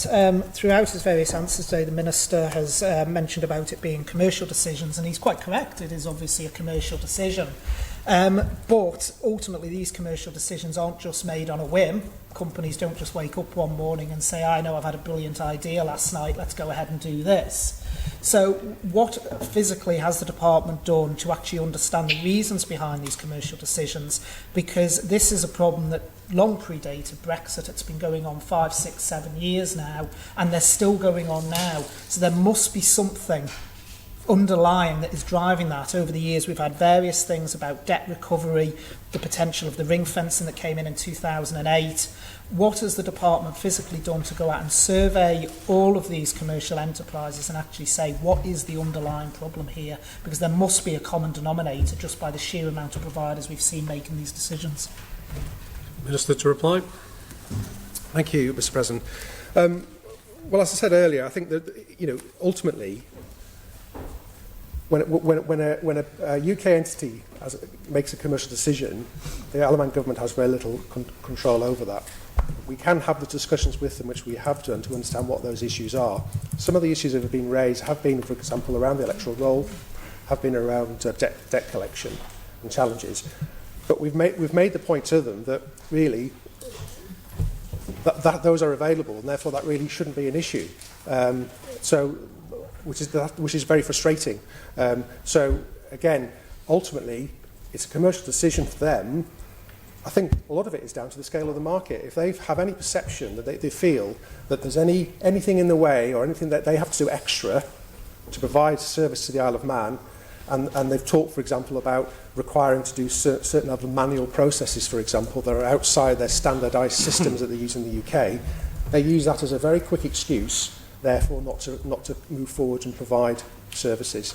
So what we're trying to do within the Finance Agency with the department is really to sort of, as I said earlier, is to level that playing field to make sure we're taking all these misconceptions or preconceptions out of the way so that they can't be used as reasons for them not to provide these services. Thank you. Supplementary, Ms August Hanson. Thank you, Mr President. Just a couple of questions. The first one being, when were Enterprise alerted of the problem? And the second one being, when discussions with Jersey and Guernsey commence, or have they commenced? I suppose I'd like to know when they began, following that. Are these conversations happening regarding the creation of a larger market, I suppose, to justify them sort of operating within that market, assuming that we are believing that that is exactly what the underlying problem is? And what solutions are now being considered Tri-Island as well in order to address it? Minister, assuming that's progressed. Minister, to reply. Yes, thank you, Mr. President. Yeah, as I say, I think we weren't given notice, as the island wasn't given any notice by these when they made these decisions to withdraw services. It was their own decision to make. The government was certainly given any notice that they were going to do so. This happened last year, and I think, as my honourable member talked about this in November in another place, raised this issue when it was questioned then. So there's been ongoing discussions from that point, and probably a little bit earlier on this. Part of that process has been for us to talk directly, for example, to Asia Treasury and UK Finance, but also do that through working with the Jersey and Guernsey as well, recognising, talking to them, clearly understanding that they have the similar issues and having those conversations and realising, well, actually, if we work together, perhaps we've got a better chance of moving forward. Supplementary, Mr. Glover. Guru Mike. Will the Minister undertake, as he has already, I know, with Guernsey and Jersey, but just to put a little bit more pep into this, because it is a big issue for these islands, and we need to establish why we're being looked at in isolation rather than as part of the British Isles, and we do need to understand exactly why these commercial, as you've been saying, decisions are made. Will the Minister undertake to go away and put a little bit more pep into what is now a big issue here on the island? Minister, to reply. Thank you, Mr. President. I can assure the honourable member that there's a lot of pep going on at the moment, and we will continue to do so. I accept I acknowledge what he says, and can assure him that there is an awful lot of work going on behind the scenes on this at the moment. Thank you. Supplementary, Mr. Ashford. Thank you, Mr. President. The Minister there mentioned earlier about misconceptions, particularly around debt collection and access to the electoral roll. And also that the government believes that these aren't an issue. Well, the Minister also said previously in answer, of course, it's not government making those commercial decisions. So to be frank, it doesn't matter what government believes, it's what those companies believe. So can I ask the Minister, what is DFE doing to put the agencies to work to proactively go out to the relevant sectors to actually get that message out there, not waiting for a commercial operation to already make the decision to withdraw, because once that's made, it's like a train heading down the track at 100 miles an hour. They're not going to reverse course just for the Isle of Man. So what are we doing to actually proactively get ahead of this and make sure that message is out there prior to any of these commercial decisions being taken? Minister, to reply. Thank you, Mr. President.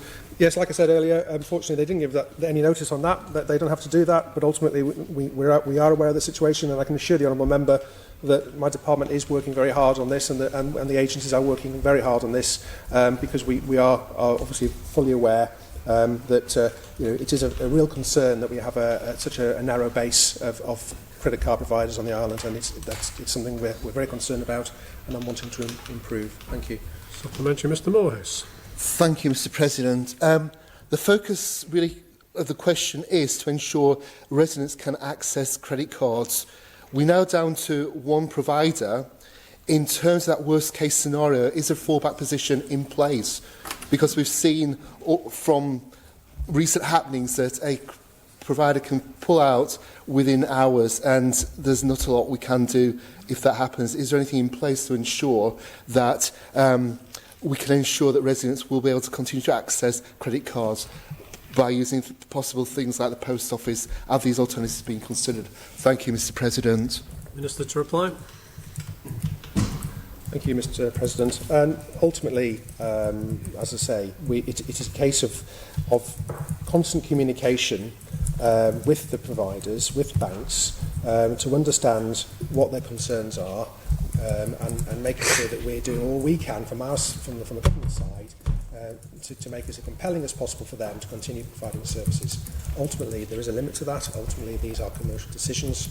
As I reiterated earlier, there are a range of credit cards still on the island. People will have them in their pockets now and in their wallets, as well as HSBC. But we are obviously very grateful to HSBC that they are continuing to provide these services for new and existing customers. Thank you. Final supplementary, Mrs. Christian.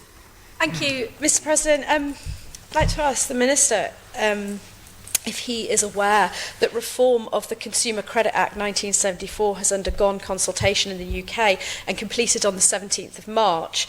And has his department got a full understanding if there is scope for his department to liaise with Whitehall with reform of this Act to help lenders' understanding of the Isle of Man or British Isles? And is his department looking at his own legislation around this to give lenders assurances whilst bolstering existing consumer protections? Thank you, Mr. President. Minister to reply. Thank you, Mr. President. Well, obviously, the United Kingdom has its own legislation for Credit Act, and the Isle of Man has it, and that's why we have a full range of offshore clearing banks on the island, providing, as I said earlier, a wide range of services.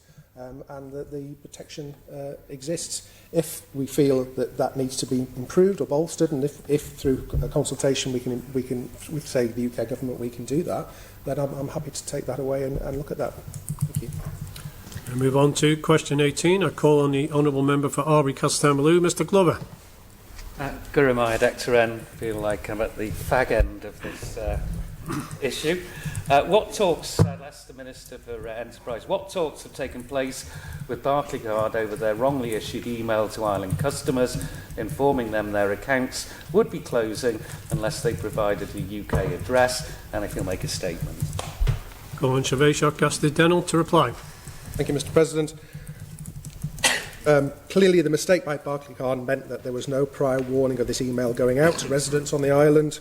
As soon as it became apparent that an email had been issued at scale on the morning of the 13th of April, my department were in contact with the Financial Services Authority, officers from the local Barclays business and colleagues in the other Crown dependencies. Those discussions quickly clarified that the email was sent in error to residents of the Crown dependencies and that Barclaycard has no intention to withdraw services from existing clients in the island. Barclaycard then formally communicated this around midday on the same day. This was an unfortunate situation, and Barclaycard have issued a public apology for sending the email. They also sent an email apologising to all those who received the closure message in error. Thank you, Mr. President. Supplementary, Mr. Glover. Gurumai Dexteran. May have been an email that was issued in error, but it was drawn up in the first place. Is the Minister concerned firstly on that? And he mentions that existing island customers, Barclaycard, have had that reassurance, but that reassurance isn't there for new customers or people moving to the island. They must maintain a UK address. Is that the situation as far as he understands it? Honourable members, can I ask you to address your comments through the chair? It's helpful for everyone to hear. So, Minister to reply. Thank you, Mr. President. This review it was led by Barclaycard to issue their recent notification email that was incorrectly sent to some Manx residents. We understand this email was intended for a number of card users in other jurisdictions, such as Gibraltar, Australia, I think on the Falkland Islands and one or two others. Unfortunately, when whoever pressed send also included the Crown dependencies in that list, and that was a genuine mistake. I can't comment on Barclays' commercial decisions going forward. As I say, they've made a statement that they're continuing to support their existing clients on Ireland, and whether they decide to issue cards to new holders or not, again, will be a commercial decision. Barclaycard UK is a separate entity. It is separate completely to, obviously, Barclays International on the island, which is an offshore business, and therefore the decision is a UK decision from that. Thank you. Supplementary, Mr. Glover. Gurumai Dexteran. Surely, though, that is a concern, I would suggest, though, that we've got clarification that we've got island customers who've already got existing accounts, but the fact that it seems that new customers are not going to be accepted from the island, so it is in effect a loss of a service. And will he undertake, just finally, to work with Treasury and whoever else, particularly with regard to the coroner's review? It is a matter I've brought up before about banking on the island, and indeed brought a motion. Will he do everything he can to work with Treasury and the agencies to sort this situation out? Guru Mai, Hector. Minister to reply. Thank you, Mr President. I think I've already committed to that over these range of questions this morning. Thank you. Supplementary, Mr Morehouse. Thank you, Mr President. 2 points of clarification. In terms of the emails that went to other jurisdictions, have their cards been closed? And in terms of our conversation with Barclaycard, have we got long-term security over this, or is it just a temporary blip in terms of our cards remaining in place? Thank you, Mr President. Minister to reply. Thank you, Mr President. I can't comment on the reasons for the decisions for what's happening in other jurisdictions globally. As far as the Isle of Man is concerned, again, how much or what Barclaycard do on the island in the future, how much the service they provide, will be a decision for them, a commercial decision. But obviously what we'll be doing is working very hard with them and to understand and hopefully attract them to stay here and continue providing a level of service. Thank you. Final supplementary, Mr Morehouse. Thank you, Mr President, and thank you, Minister. It was really a point of clarification in terms of the list that was read out. The Minister made reference to a place like the Falkland Islands. Were they given a stay of execution like we were? Have their cards been closed? Was it a general policy that all these areas would have their cards closed at this point? Thank you, Mr President. Minister to reply. Mr President, well, they received the email like everybody else, and unfortunately the email for them was true, whereas it wasn't for us. Thank you. Move on to question 19. I call on the Honourable Lauder. Good morning, Actuary. I beg leave to ask the Minister for Environment, Food and Agriculture when her department suspended its statutory nuisance investigation service and why, what demand there has been for this service and what plans she has to restore it. Call on Shaveshak Komal B as Innes to reply. Thank you, Mr President. A decision was made on the 8th of December 2022 to temporarily suspend the department's statutory nuisance investigation service. This decision was not taken lightly, coming after significant consideration at a time when delivery of these services was having an impact on the limited resources available within the department. In turn, the ability to deliver core services and priorities was affected, not least food hygiene inspections required as part of the department's commitment to deliver a food hygiene rating scheme by December 2024. The department's environmental health team are a small team responsible for delivering a broad range of services for both the department and local authorities. This list of services, it is fair to say, is long, and I would be happy to circulate the full list to members after today's sitting to offer some insight into the scope of their work. Amongst other things, this includes the inspection of all of the island's food businesses, the enforcement of food hygiene and health and safety legislation in these premises, the inspection of certain imported foods, and the investigation of instances and outbreaks of certain notifiable diseases. These key services are delivered alongside other lesser-known functions of the team, which include the sampling of swimming pool water to ensure it's safe to bathe in, the inspection and registration of premises and practitioners who carry out acupuncture, electrolysis, tattooing and body piercing, the inspection of ships for the purposes of issuing ship sanitation certificates, and the sampling of private water supplies at domestic and commercial premises to ensure they are safe. The department also provides assistance in the regulation of housing standards, the investigations of complaints about defective private sewers and drains, and the investigation of reports of dangerous buildings and structures on behalf of the majority of the island's local authorities. In addition to these duties, the United Kingdom's exit from the European Union in recent years has given extra responsibilities to this team, with the requirement for them to undertake activities ensuring that exports of food products to Europe can be safely and uninterrupted. The team can investigate allegations of statutory noise nuisance on behalf of the department and all other statutory nuisances listed in Part 1 of the Public Health Act 1990 on behalf of local authorities. While local authorities have a duty to inspect their districts from time to time for statutory nuisances and serve abatement notices where they are satisfied that a statutory nuisance exists or is likely to occur or recur, unlike jurisdictions in the UK, there is no duty to investigate complaints of statutory nuisance. The same applies to the department in respect of statutory noise nuisance. On balance of all the factors set out, the decision was taken to temporarily suspend the Department's Statutory Nuisance Investigation Service. However, the Department's environmental health officers, whilst not investigating new allegations of statutory nuisance, are following through any cases that began prior to the suspension, and where officers come across statutory nuisances during their day jobs, they are still taking action where necessary. In terms of the numbers of nuisance complaints, in 2020 the Department received 123, in 2021 that was 114, and in 2022 96. Noting that these figures don't include complaints that come in as something else and turn out to be statutory nuisances. Upon making the decision, it was agreed to review the suspension of the service after 6 months, with this review being scheduled to take place at the start of June. Thank you, Mr. President. Supplementary. Lauder. Good morning. I thank the Minister for a comprehensive answer.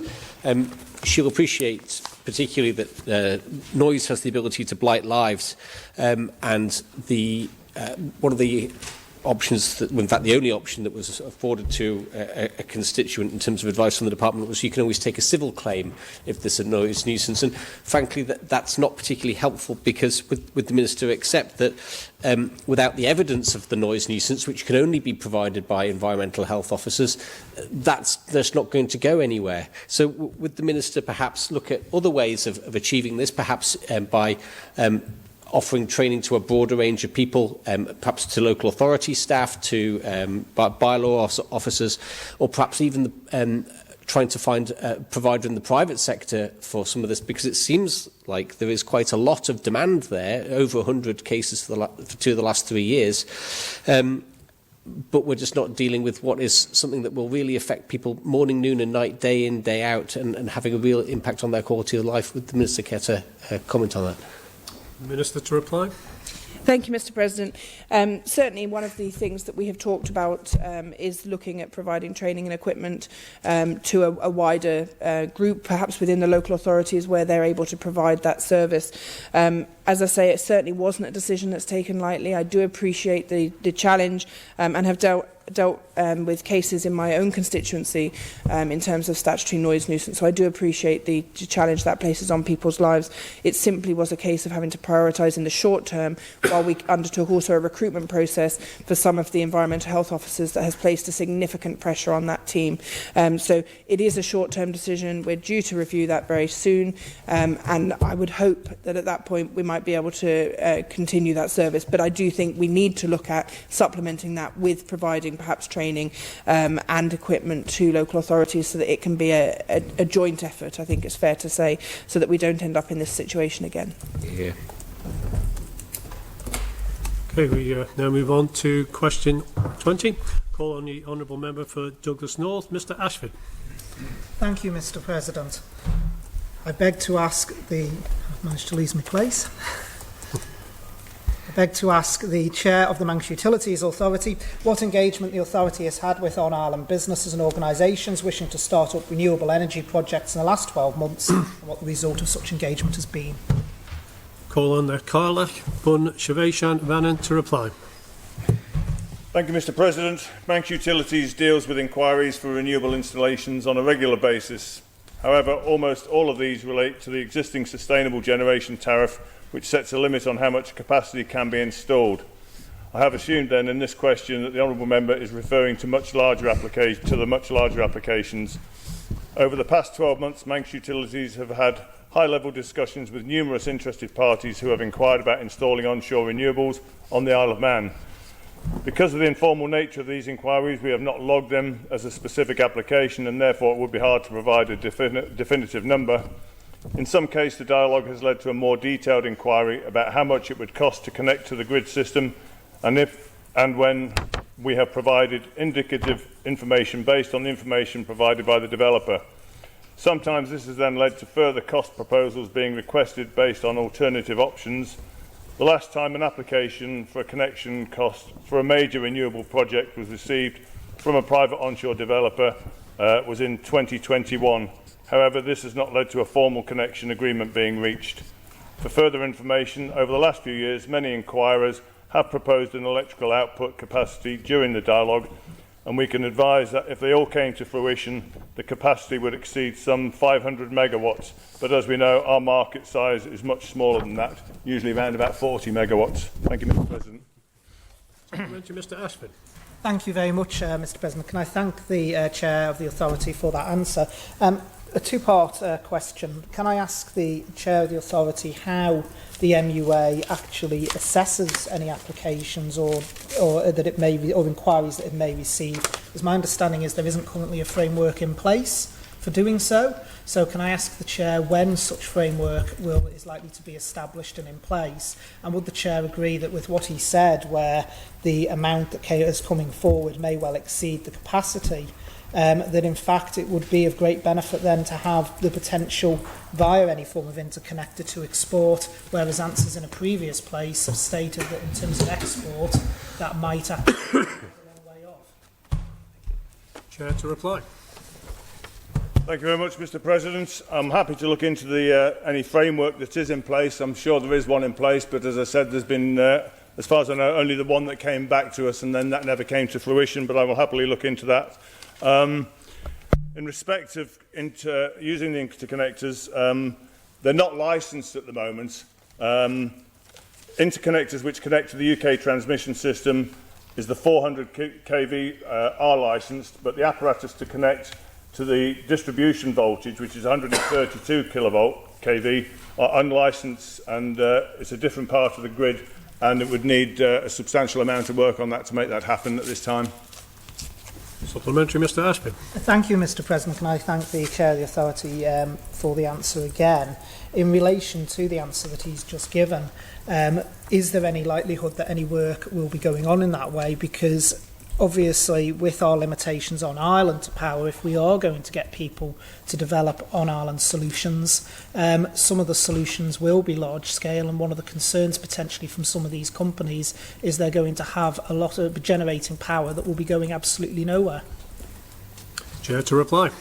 Thank you, Mr. President. I'm inclined to agree with the honourable member who's just resumed his seat, but I think the date from which I'm told that would be possible in the future is something like 2037, but it is certainly being looked at and being worked on in the meantime. Supplementary, Mr. Ashford.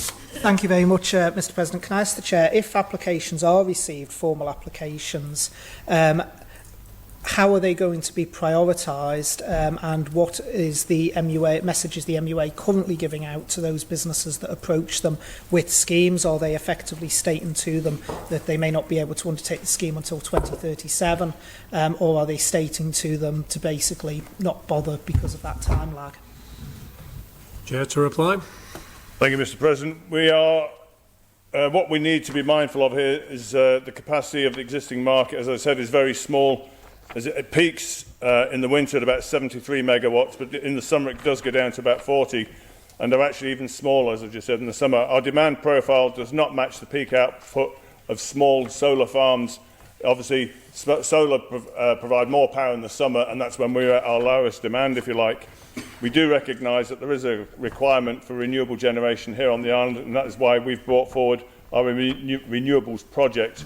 We have worked with our legal and commercial advisors and have established that energy produced by us in the public sector on a like-for-like basis will be cheaper produced by us rather than in the private sector. But we continue to work on this, and I'm always happy to talk to the honourable member about his thoughts. Final supplementary, Mr. Ashford. Thank you, Mr. President. Can I thank the Chair for a reply he sent me last week to some of the queries that I'd raised. It stated that Manx Utilities is working collaboratively with the public and private sector in the development of energy strategies for the Isle of Man. Can the Chair give an example of how the Manx Utilities is working collaboratively with the private sector in that way? Chair to reply. I haven't got any specific examples with me, Mr. President, but I'm sure the department or the Utilities Authority would be able to provide those to the honourable member and everybody else as and when requested. Move on to question 21, and I call on the honourable member for Douglas North, Mr. Ashby. Thank you very much, Mr. President. On a similar theme, I beg to ask the Chair of the Manx Utilities Authority, further to his answers in the House of Keys on the 28th of March 2023, when the Future Energy Delivery Strategy and Stability Studies report will be publicly available, and when he will fulfil his commitment to circulate additional information. Call on the Carlec, Bunch, Avation, Vannon to reply. Thank you again, Mr President. And firstly, may I apologise to the honourable member for the delay in circulating the information requested. As he said, we have been in touch with him since then. On the 28th of March 2023, I did state that the report would be released to members on the proviso that there was no commercial issues. It has since been brought to my attention that the report contains information which should be considered as sensitive and circulated only in a controlled way to protect our island's critical national infrastructure. The report undertaken by WSP has been issued to DEFRA and will be provided to the Climate Change Transformation Board, subject to a controlled circulation.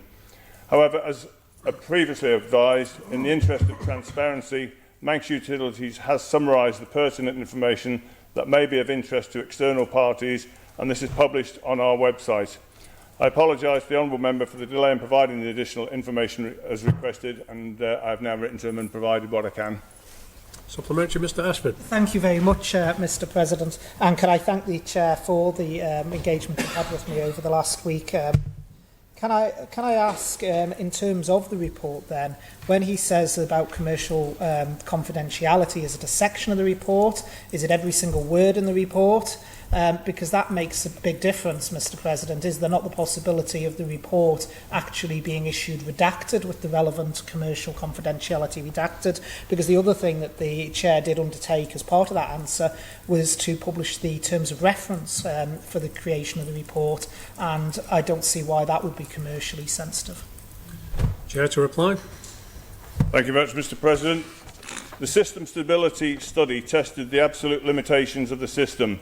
The limitations pertaining to the maximum commercial and technical thresholds for renewables on the island's power systems and may be of interest to external parties. This information is already published on the Manx Utilities website and represents no security concerns. However, the study also tested the lower limitations of the system in extreme fault conditions. From this, the weakest areas of the network can be identified, and if someone with bad intentions so wished, and they were clever enough, they could use this information to disrupt the island's power. In the last week, it has been widely reported that Russia is targeting critical national infrastructure, including power networks, with a view to disrupting supplies. In this current climate, Manx Utilities is therefore concerned that this information may need to be restricted. As such, Manx Utilities will place a confidential and limited circulation restriction on the information it supplies to the Climate Change Transformation Board. Having said that, Mr President, again, I'm willing to talk to the honourable member and see if we can arrange to sort of let him have a look at the report with the pieces redacted, if that's what he so requires. Supplementary, Mr Ashford. Thank you very much, Mr President. It wasn't just so much for myself. Like I say, I think that's probably even a bit above my bedtime reading, some of that. I think that was the long answer, a version of a no. Can I ask the Chair what other commitments he made at that sitting was to go away and see, because I asked if there had been any written assurances from the National Grid in terms of the timescales for both import and export, and he said that he would go away and look at that. Can I ask, has he had any feedback on that, and when we are likely to get written assurances around the timescales, because everything seemed to be verbal? And I did also ask, which I've had an answer to a question that I didn't actually ask, Mr President. I had an answer around that report that said there was only one version of the report and one report. I didn't actually ask that, Mr President. What I asked in the previous sitting was, did the capacity amount of renewables that the current grid could cope with change between the draft and final report? And I haven't actually had an answer to that as yet. Chair to reply. Thank you, Mr President. I will absolutely check on those answers that the honourable member was given or not given, as the case may be, and make sure he does get them as quickly as possible this week. I'm sorry to hear that's not your bedtime reading. It is, I'm told, very interested if you like those sort of things. It's certainly not my bedtime reading either. But I will make sure, Mr President, that the honourable member and the members of this court will get that information. If I promise to make sure they have it, I will make sure they get it. Move on to question 22, and I call on the honourable member for Rushen, Dr Hayward. Thank you, Mr President. I wish to ask the Chair of the Office of Fair Trading how many complaints about island energy billing problems have been received in 2023, how many of those remain unresolved, and if he'll make a statement. Call on the Carlec Eek Delal Clare to reply. Thank you, Mr President. I thank the Honourable Member for her question as well. Since the Isle of Man energy billing issues first came to the OFT's attention at the end of September 2022, we have received just over 300 complaints, with approximately 90% being recorded as being resolved. So approximately 10% remain unresolved. Of these 300 complaints, 230 have been received since the beginning of this year. Approximately 80% of these are recorded as being resolved. So approximately 20% of the complaints received in 2023 remain unresolved. We are seeing a downward trend in the number of complaints being received, but the OFT will continue to hold Isle of Man Energy to account. The OFT is continuing to actively engage with the company to resolve complaints. We have been forwarding complaints onto Isle of Man Energy in batches and pressing for resolution, and we are getting results. We are giving particular attention to escalating complaints made by the more vulnerable gas customers, and with a view to protecting them against any unexpected bills, ensuring that they are able to keep up with their payments and plans, and ensuring continuity of supply. So what we are now mainly dealing with is a rolling number of new complaints that are mostly being resolved in a timely fashion, mostly within 24 hours. Thank you. Supplementary, Dr Hayward. Thank you, and I thank the Chair for that answer. That means there are something like 46 unresolved complaints still going on this year. Social media reports and conversations with constituents indicate that bills are still not correct.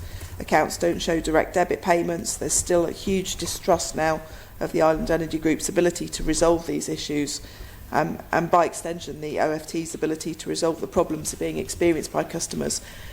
Is he aware as well that the recent complaints now seem to extend to bills being sent to other customers, and so there may actually be GDPR issues here about customer data being shared inappropriately? What steps has he taken since the start of the year to hold Island Energy to account? Chair to reply. Thank you, Mr President. Of course, any complaints that are received in regards to receiving the wrong bills, those complainants should direct them to the Information Commissioner, who are best placed to look into that with companies who are breaching that agreement. The OFT has dedicated a lot of resource to this since the beginning of the year, to the exclusion of other things. What are we doing? We are continuing to enforce. That is, again, a process and not an event. I would like it to be resolved sooner than later, but at the end of the day, it is only the company that can sort this out. We have been assured by the company that they have done so. And I agree with the member. There are complaints from her constituents, from my constituents, and from everybody's constituents that that is not the case. What is the case is that complaints are going down. We have asked for a written assurance from the company that has not been forthcoming as yet. We are pressing for it. Ultimately, if we don't get it, we will need the backing of the Attorney General's chambers for that. But if you think that the OFT is not taking this seriously, you can absolutely think again. It is very much the case. And we will continue to press that every single complaint is resolved. Thank you. Supplementary, Dr Hayward. Thank you, and I'd like to reassure the Chair that I don't believe at all that the OFT aren't taking this seriously. I'm sure they are. Is he aware of any gaps in legislation that he may need to address, and has he taken any steps to beef up the legislation in this area? Because asking for written assurance and then waiting several months to get it doesn't seem to actually be having very much effect on it. Chair to reply. Thank you, Mr President. I would agree it doesn't seem to be having very much effect, but we can only shoot the arrows that we have. Do we need further strengthening of legislation? Yes, I've admitted that in the past. But here and now, when the complaints are here and now, we can only apply with what we've got. Insofar as rectifying that situation, yes, we have had conversations with Cura. They are doing consultation up, which is due at the end of Q2. So yes, we are taking steps forward to resolving that, for not just this company, but for any companies. But it is slow moving, and the company has to be given every opportunity to resolve it before we go to, before the AG's chambers decide what any penalty, if appropriate, is applied. Thank you. Supplementary, Mr Morehouse. Thank you, Mr. President. Are there any common factors here? If we've actually seen 300 cases in the recent past, are there any warning signs that the Chair can actually encourage people to look out for on their bills? Because I'm sure a lot of people out there who are being affected aren't actually aware they are being affected. Thank you, Mr. President. Chair to reply. I do apologise, Mr. President. I didn't catch that question. Would you like to repeat that, Mr. Morehouse? Yeah, of course, Mr. President. If we've got 300 cases that have been looked at, have we any clarity in terms of what the causes are? Are there any repeating issues? And if there are repeating issues, could the Chair make us aware of these so customers can actually just make sure that they aren't being affected? Because I'm sure this could potentially be the tip of the iceberg. Thank you, Mr. President. Chair to reply. Thank you, Mr. President. There are a number of issues which are coming up again and again, and that is no bills, wrong bills, and lack of communication with the company. They're not taking calls and putting phones down on them. What I would say, yes, we've got just over 300 complaints. They've got 23,000 customers. So is that a really high level of complaints? Possibly not. And many of the complaints are repeat complaints as well. Could I just mention that in the previous questionnaire, Dr Hayward mentioned about strengthening legislation. Of course, it is not up to the OFT to strengthen legislation. It is up to our sponsoring department, DEFA, to do that. And we have had conversations to start that. Thank you. We're going to move on to question 23. Call on the Honourable Member for Douglas South, Mrs Christian. Thank you, Mr President. I'd like to ask the Minister for Infrastructure what the policy is on maintenance and accessibility standards for parks and play areas which are looked after by local authorities. Call on Shiveshak Buntroglas to reply. Thank you, Mr President. The Department manages 8 play areas, but does not have responsibility for local authority play areas, at least directly. For the Department's play areas, the services of a specialist contractor are procured on an annual basis to review and inspect the equipment to ensure it meets the required safety standards. Over the last 8 years, the housing team have replaced all playground surfaces, ensuring that gates and pathways are accessible for wheelchair users and that trip hazards are eliminated. The contractor who carries out the inspection produces a report of any faults that require action, and any recommendations made are actioned immediately. In addition, the department also takes notifications from members of the public via its help desk. Inspections of the play areas are carried out weekly by a grounds person who also maintains cleanliness of each of the areas. 2 housing foremen also inspect the areas fortnightly. Supplementary, Mrs Christian. Thank you, Mr President. It's very encouraging to hear about the parks that the department manage. It certainly seems very positive. My concerns are that, whether it's a sort of a postcode lottery, Mr President, so and the DOI specifically have been looking at their highway services, and they produced a guidance document for hedge and verge maintenance with the Department of Food and Agriculture, and this guidance was given to local authorities. Does the department not consider that parks and play areas or open spaces have the same value to our island residents as do our highways and pathways? Thank you, Mr President. Minister to reply. Thank you very much, Mr President. And indeed, the residents of Ballabruey and Lezayre, Cronk-Grenyuk and Strandclose in Braddon, Fairy Hill and Rushen, Janet's Corner in Castletown alongside Resborough, Station Park in Arbury and Tynwald Close in German are indeed very lucky to have the Department of Infrastructure looking after their play parks. I appreciate the appreciation from the Honourable Member. In terms of standards, the local government legislation does indeed set the Department, or create the legal vires for the department to set standards, and that's a very important process that's going on with the Highways Maintenance Charter, which is still in draft form but is being actively discussed with local authorities about setting standards before we get to the more difficult stage of working out how to organise to meet those standards, pay for the meeting of those standards. The Honourable Question does indeed make a very good point. It could be that we could look to include parks and play areas at some point in that process as well.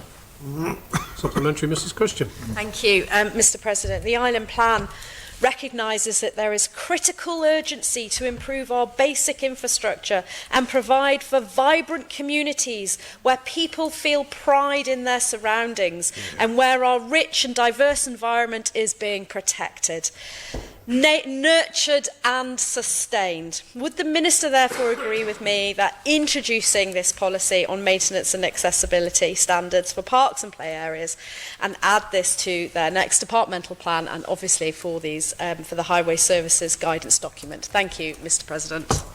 Minister to reply. Thank you.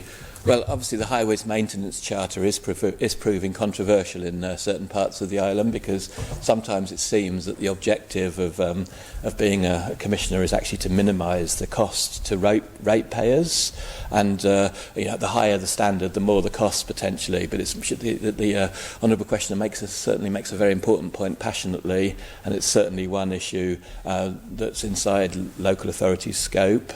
Standards are important, particularly safety standards, and public bodies do have a public sector equality duty under section 143, as we'll come to in a moment, so it's certainly something that we can consider. But at the moment, housing, highways, buildings and various other aspects of local authority functions are have been seen previously as being even more important than public play areas. Supplementary, Mr Moorhouse. Thank you, Mr President. I think the boys and girls of Janet's Corner are slightly confused by what the Minister has just said in terms of they had an issue earlier this month in terms of their football nets, and they asked for them simply to be replaced instead of them being replaced, being taken away. And that's an issue that, in terms of the facilities, they are there, and it's kind of something that's an afterthought. And when an issue arises, there are problems. Is this something the Minister is aware of? Thank you, Mr President. Minister to reply. No. The issue about the Janet's Corner football nets didn't get ministerial decision. Shock horror. Move on to question 24. Call on the Honourable Member for Douglas South, Mrs Christian. Thank you. Mr President, I'd like to ask the Minister for Infrastructure what equality impact assessments have been done by his department on parks and play areas since the Equality Act 2017 came into effect. Thank you, Mr President. I'll call on Siobhan Buntroglas to reply. Thank you, Mr President, also to the questioner for engaging and accepting transfers about the answer to these questions. There is a duty to ensure compliance with Section 143 of the Equality Act, the Public Sector Equality Duty, but there is no duty as such to undertake equality impact assessments. When the park and play areas are designed, disability access is taken into account in accordance with the relevant design standards and regulations. As part of this process, consideration is given to disabled access, including wide-fitted gates and level access into the grounds. But, as I've said, access, the protected characteristics are incredibly important to me personally, and I know in the department, and I welcome contributions as we begin to consider how we go about fulfilling our public sector equality duty better. And as with the responsibility for local authorities, to me it makes sense to think about how we incorporate some of these duties into our code, for instance, which hasn't been updated since 2008 from memory. Supplementary, Mrs Christian. Thank you, Mr President. I'm glad that the Minister spoke about the councils and commissioners across the island there. What I would like to know is what is the department doing to get an understanding on whether these commissioners and councils are actually carrying out equality impact assessments on parks and open spaces or play areas, and what powers does his department have to ensure that these are done? Thank you, Mr President. Minister to reply. Thank you very much, Mr President, and for the questioner's interest. I will now become a minor expert on football nets, because it is very important that people around the island have the right football nets and the responses properly. In the same way that once the issue of toilets was brought to my attention, we needed to have a national policy on toilets. So I've actually been inspecting a lot of the Commissioner's public toilets around the island, and just wanted to put on record the huge amount of work that Kirk Michael Commissioners did using ratepayers' resources to have fully accessible unisex toilets. Balaf toilets aren't bad either. There's so much that we can actually learn from local authorities, as well as just pronouncing from on high. So to me, it would be very, very useful to have Clark's group discussion about this very point, because it is important that it's not a post office, a postcode lottery. It's actually based on standards and common understanding about best practice and sharing of practice. And it is very important, football nets, and whether they are needed or they're not needed, and if they're just something that gets damaged very quickly, perhaps we can do without football nets and make kids run a little bit for their balls after they go through the goals. Moving the goalpost now. Okay. We'll move on to question 25. Call on the Honourable Member for Douglas North, Mr Ashford. Thank you, Mr President. I beg to ask the Minister for Infrastructure, further to the answers he gave in Tynwald Court on the 15th of November 2022, when the works he identified on Tromode Road, including flood defences, will be commenced and completed, and when he will fulfil the commitment he gave to circulate Smiley data, speed testing data and accident data. I call on Siobhan Shop-Buntroglas to reply. Thank you, Mr President. The flood defence wall on Tromode Road is the Department's priority for this road, and work is programmed to commence in the summer of 2024 during the short river working window. The Department has no other plans or funding for road improvements at this time. In preparation for the construction of the flood wall and potentially for some additional drainage work, site investigation work is planned to take place on the road after TT 2023. In the latest 5-year period, there have been 3 personal injury collisions recorded along Tromode Road from its junction with the A2 to the A21. All 3 collisions were slight in severity. 2 of the collisions involved cyclists being hit during an overtaking manoeuvre, and the 3rd involved an altercation between a driver and a pedestrian. The annual average daily traffic in both directions was 3,077, whilst the average speeds for both directions was 27 miles per hour. I'm so sorry about any misunderstanding to do with the ministerial commitment to provide extra information, but that was fulfilled with the written answer 202201/0476, which was updated to the written answers, and further information was provided to Mr Wannenberg on deflector graphs, on scanners, ride quality, the texture of left something or other, pavement condition, the percentage of crashing during the whole of the debate. Unfortunately, the amount of data we provided Mr Wannenberg exceeded the capacity of the Tynwald website for upload as a fully public answer, so we decided just to send it to Mr Wannenberg rather than to the other member for Douglas North. So humblest apologies for that omission. And I'm sure that Mr Wannenberg and myself will actually forward all of the Smiley data and all of that soon afterwards. Thank you. Supplementary, Mr Ashford. Thank you, Mr President. I know it's easy to confuse the 2 honourable members for Douglas North, particularly since we work so closely together, particularly on constituency issues. Can I ask the Minister, you mentioned there about the daily traffic in both directions, which, if I heard him correctly, is 3,077. Would the Minister agree with me that actually that makes this quite a high volume road? In terms of considering the actual size of the road, and can I ask what disruption will take place when those flood defence works need to be undertaken? So, for instance, will Tromode Road need to be closed in sections? Will it need to be made? Will there need to be restrictions on the road in order for that work to be undertaken? Minister to reply. Well, it's always excellent to work with constituency MHKs about these detailed questions, but the Honourable Questioner will remember that in my original answer just now, I said in preparation for the construction of the flood wall and potentially for some additional drainage work, site investigation work is planned to take place on the road after TT 2023. That's when all those questions will be answered. That's what the site investigation work is all about, how the work, what the implications are. So, for instance, North Douglas MHKs have been campaigning collectively collaboratively together for a very important pedestrian crossing on the bottom of Johnny Watterson Lane, and that site investigation work didn't find any unforeseen issues and is coming very shortly, and that's what will happen after TT 2023 in the week commencing June the 12th. Mr. Ashford. Thank you, Mr. President. And praise where praise is due in relation to DOI. That crossing will be very welcome by constituents in Douglas North. Can I ask the Minister, on that very note actually, what engagement and communication there is going to be with residents around any potential scheme? Because I know the Minister has previously said, both here and in other places, about engagement and communication being key to things. So can I ask, will DOI residents around the potential works and any disruption that it may cause in advance, because of course the people who live down there actually know the site better than any of us? Minister to reply. Not necessarily, but not because it's not actually the case. Everybody, by definition, who lives in Tromode actually knows road regulations and the Road Traffic Act and safety things better than the professionals who work and have got all the training and the qualifications in that area. So I accept that local people are very knowledgeable in this area, but it's also important to respect professionals. So I think I read out this morning Schedule 2. So if there is going to be a road closure, that will be covered using the Schedule 2 process.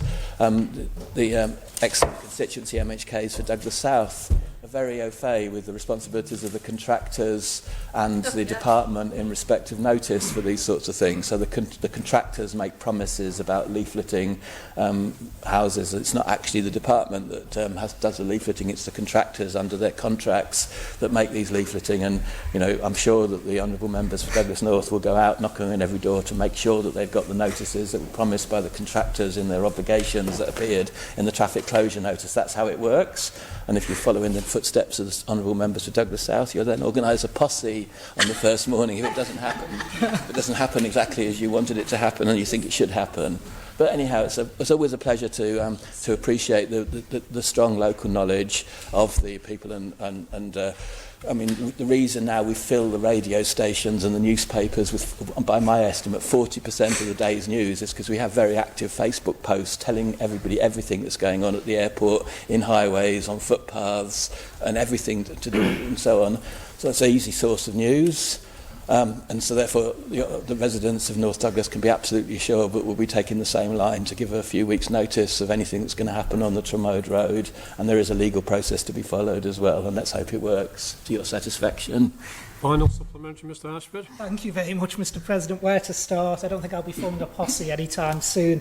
If you do, I think yet again the Minister's sort of answered the question he'd hoped I'd ask rather than the question I did ask. I've no intentions, just for the record, of DOI going out and consulting residents on the provisions of the Highways Act or any other legislation that may apply. And I find it quite interesting, Mr. President, that we now seem to be in a situation that the Minister's suggesting that where DOI's contractors make promises, the local MHKs should go down and enforce it rather than the DOI themselves. But there we are. Can I ask the Minister if he can cut through what was a very interesting ramble through various topics for about 2 minutes and just try and give a simple yes or no. Does the answer that he gave a few moments ago mean that residents will be leafleted by the contractor and that they actually will be aware of what is going on in advance? Yes or no? The contracts have that obligation on the contractors. The issue in South Douglas was it was a weekend, so was it a matter of national importance that we went down there on the Saturday and sorted it, or was first thing Monday morning when the work was actually going to take place? So it's for the contractors to decide who needs individual personal leafleting, but there's certainly all the legal obligations will be fulfilled by the DOI, and the DOI takes its contracts with contractors very seriously, even kicks people off jobs if they're not fulfilling their contracts, and that includes leafleting, so it should happen.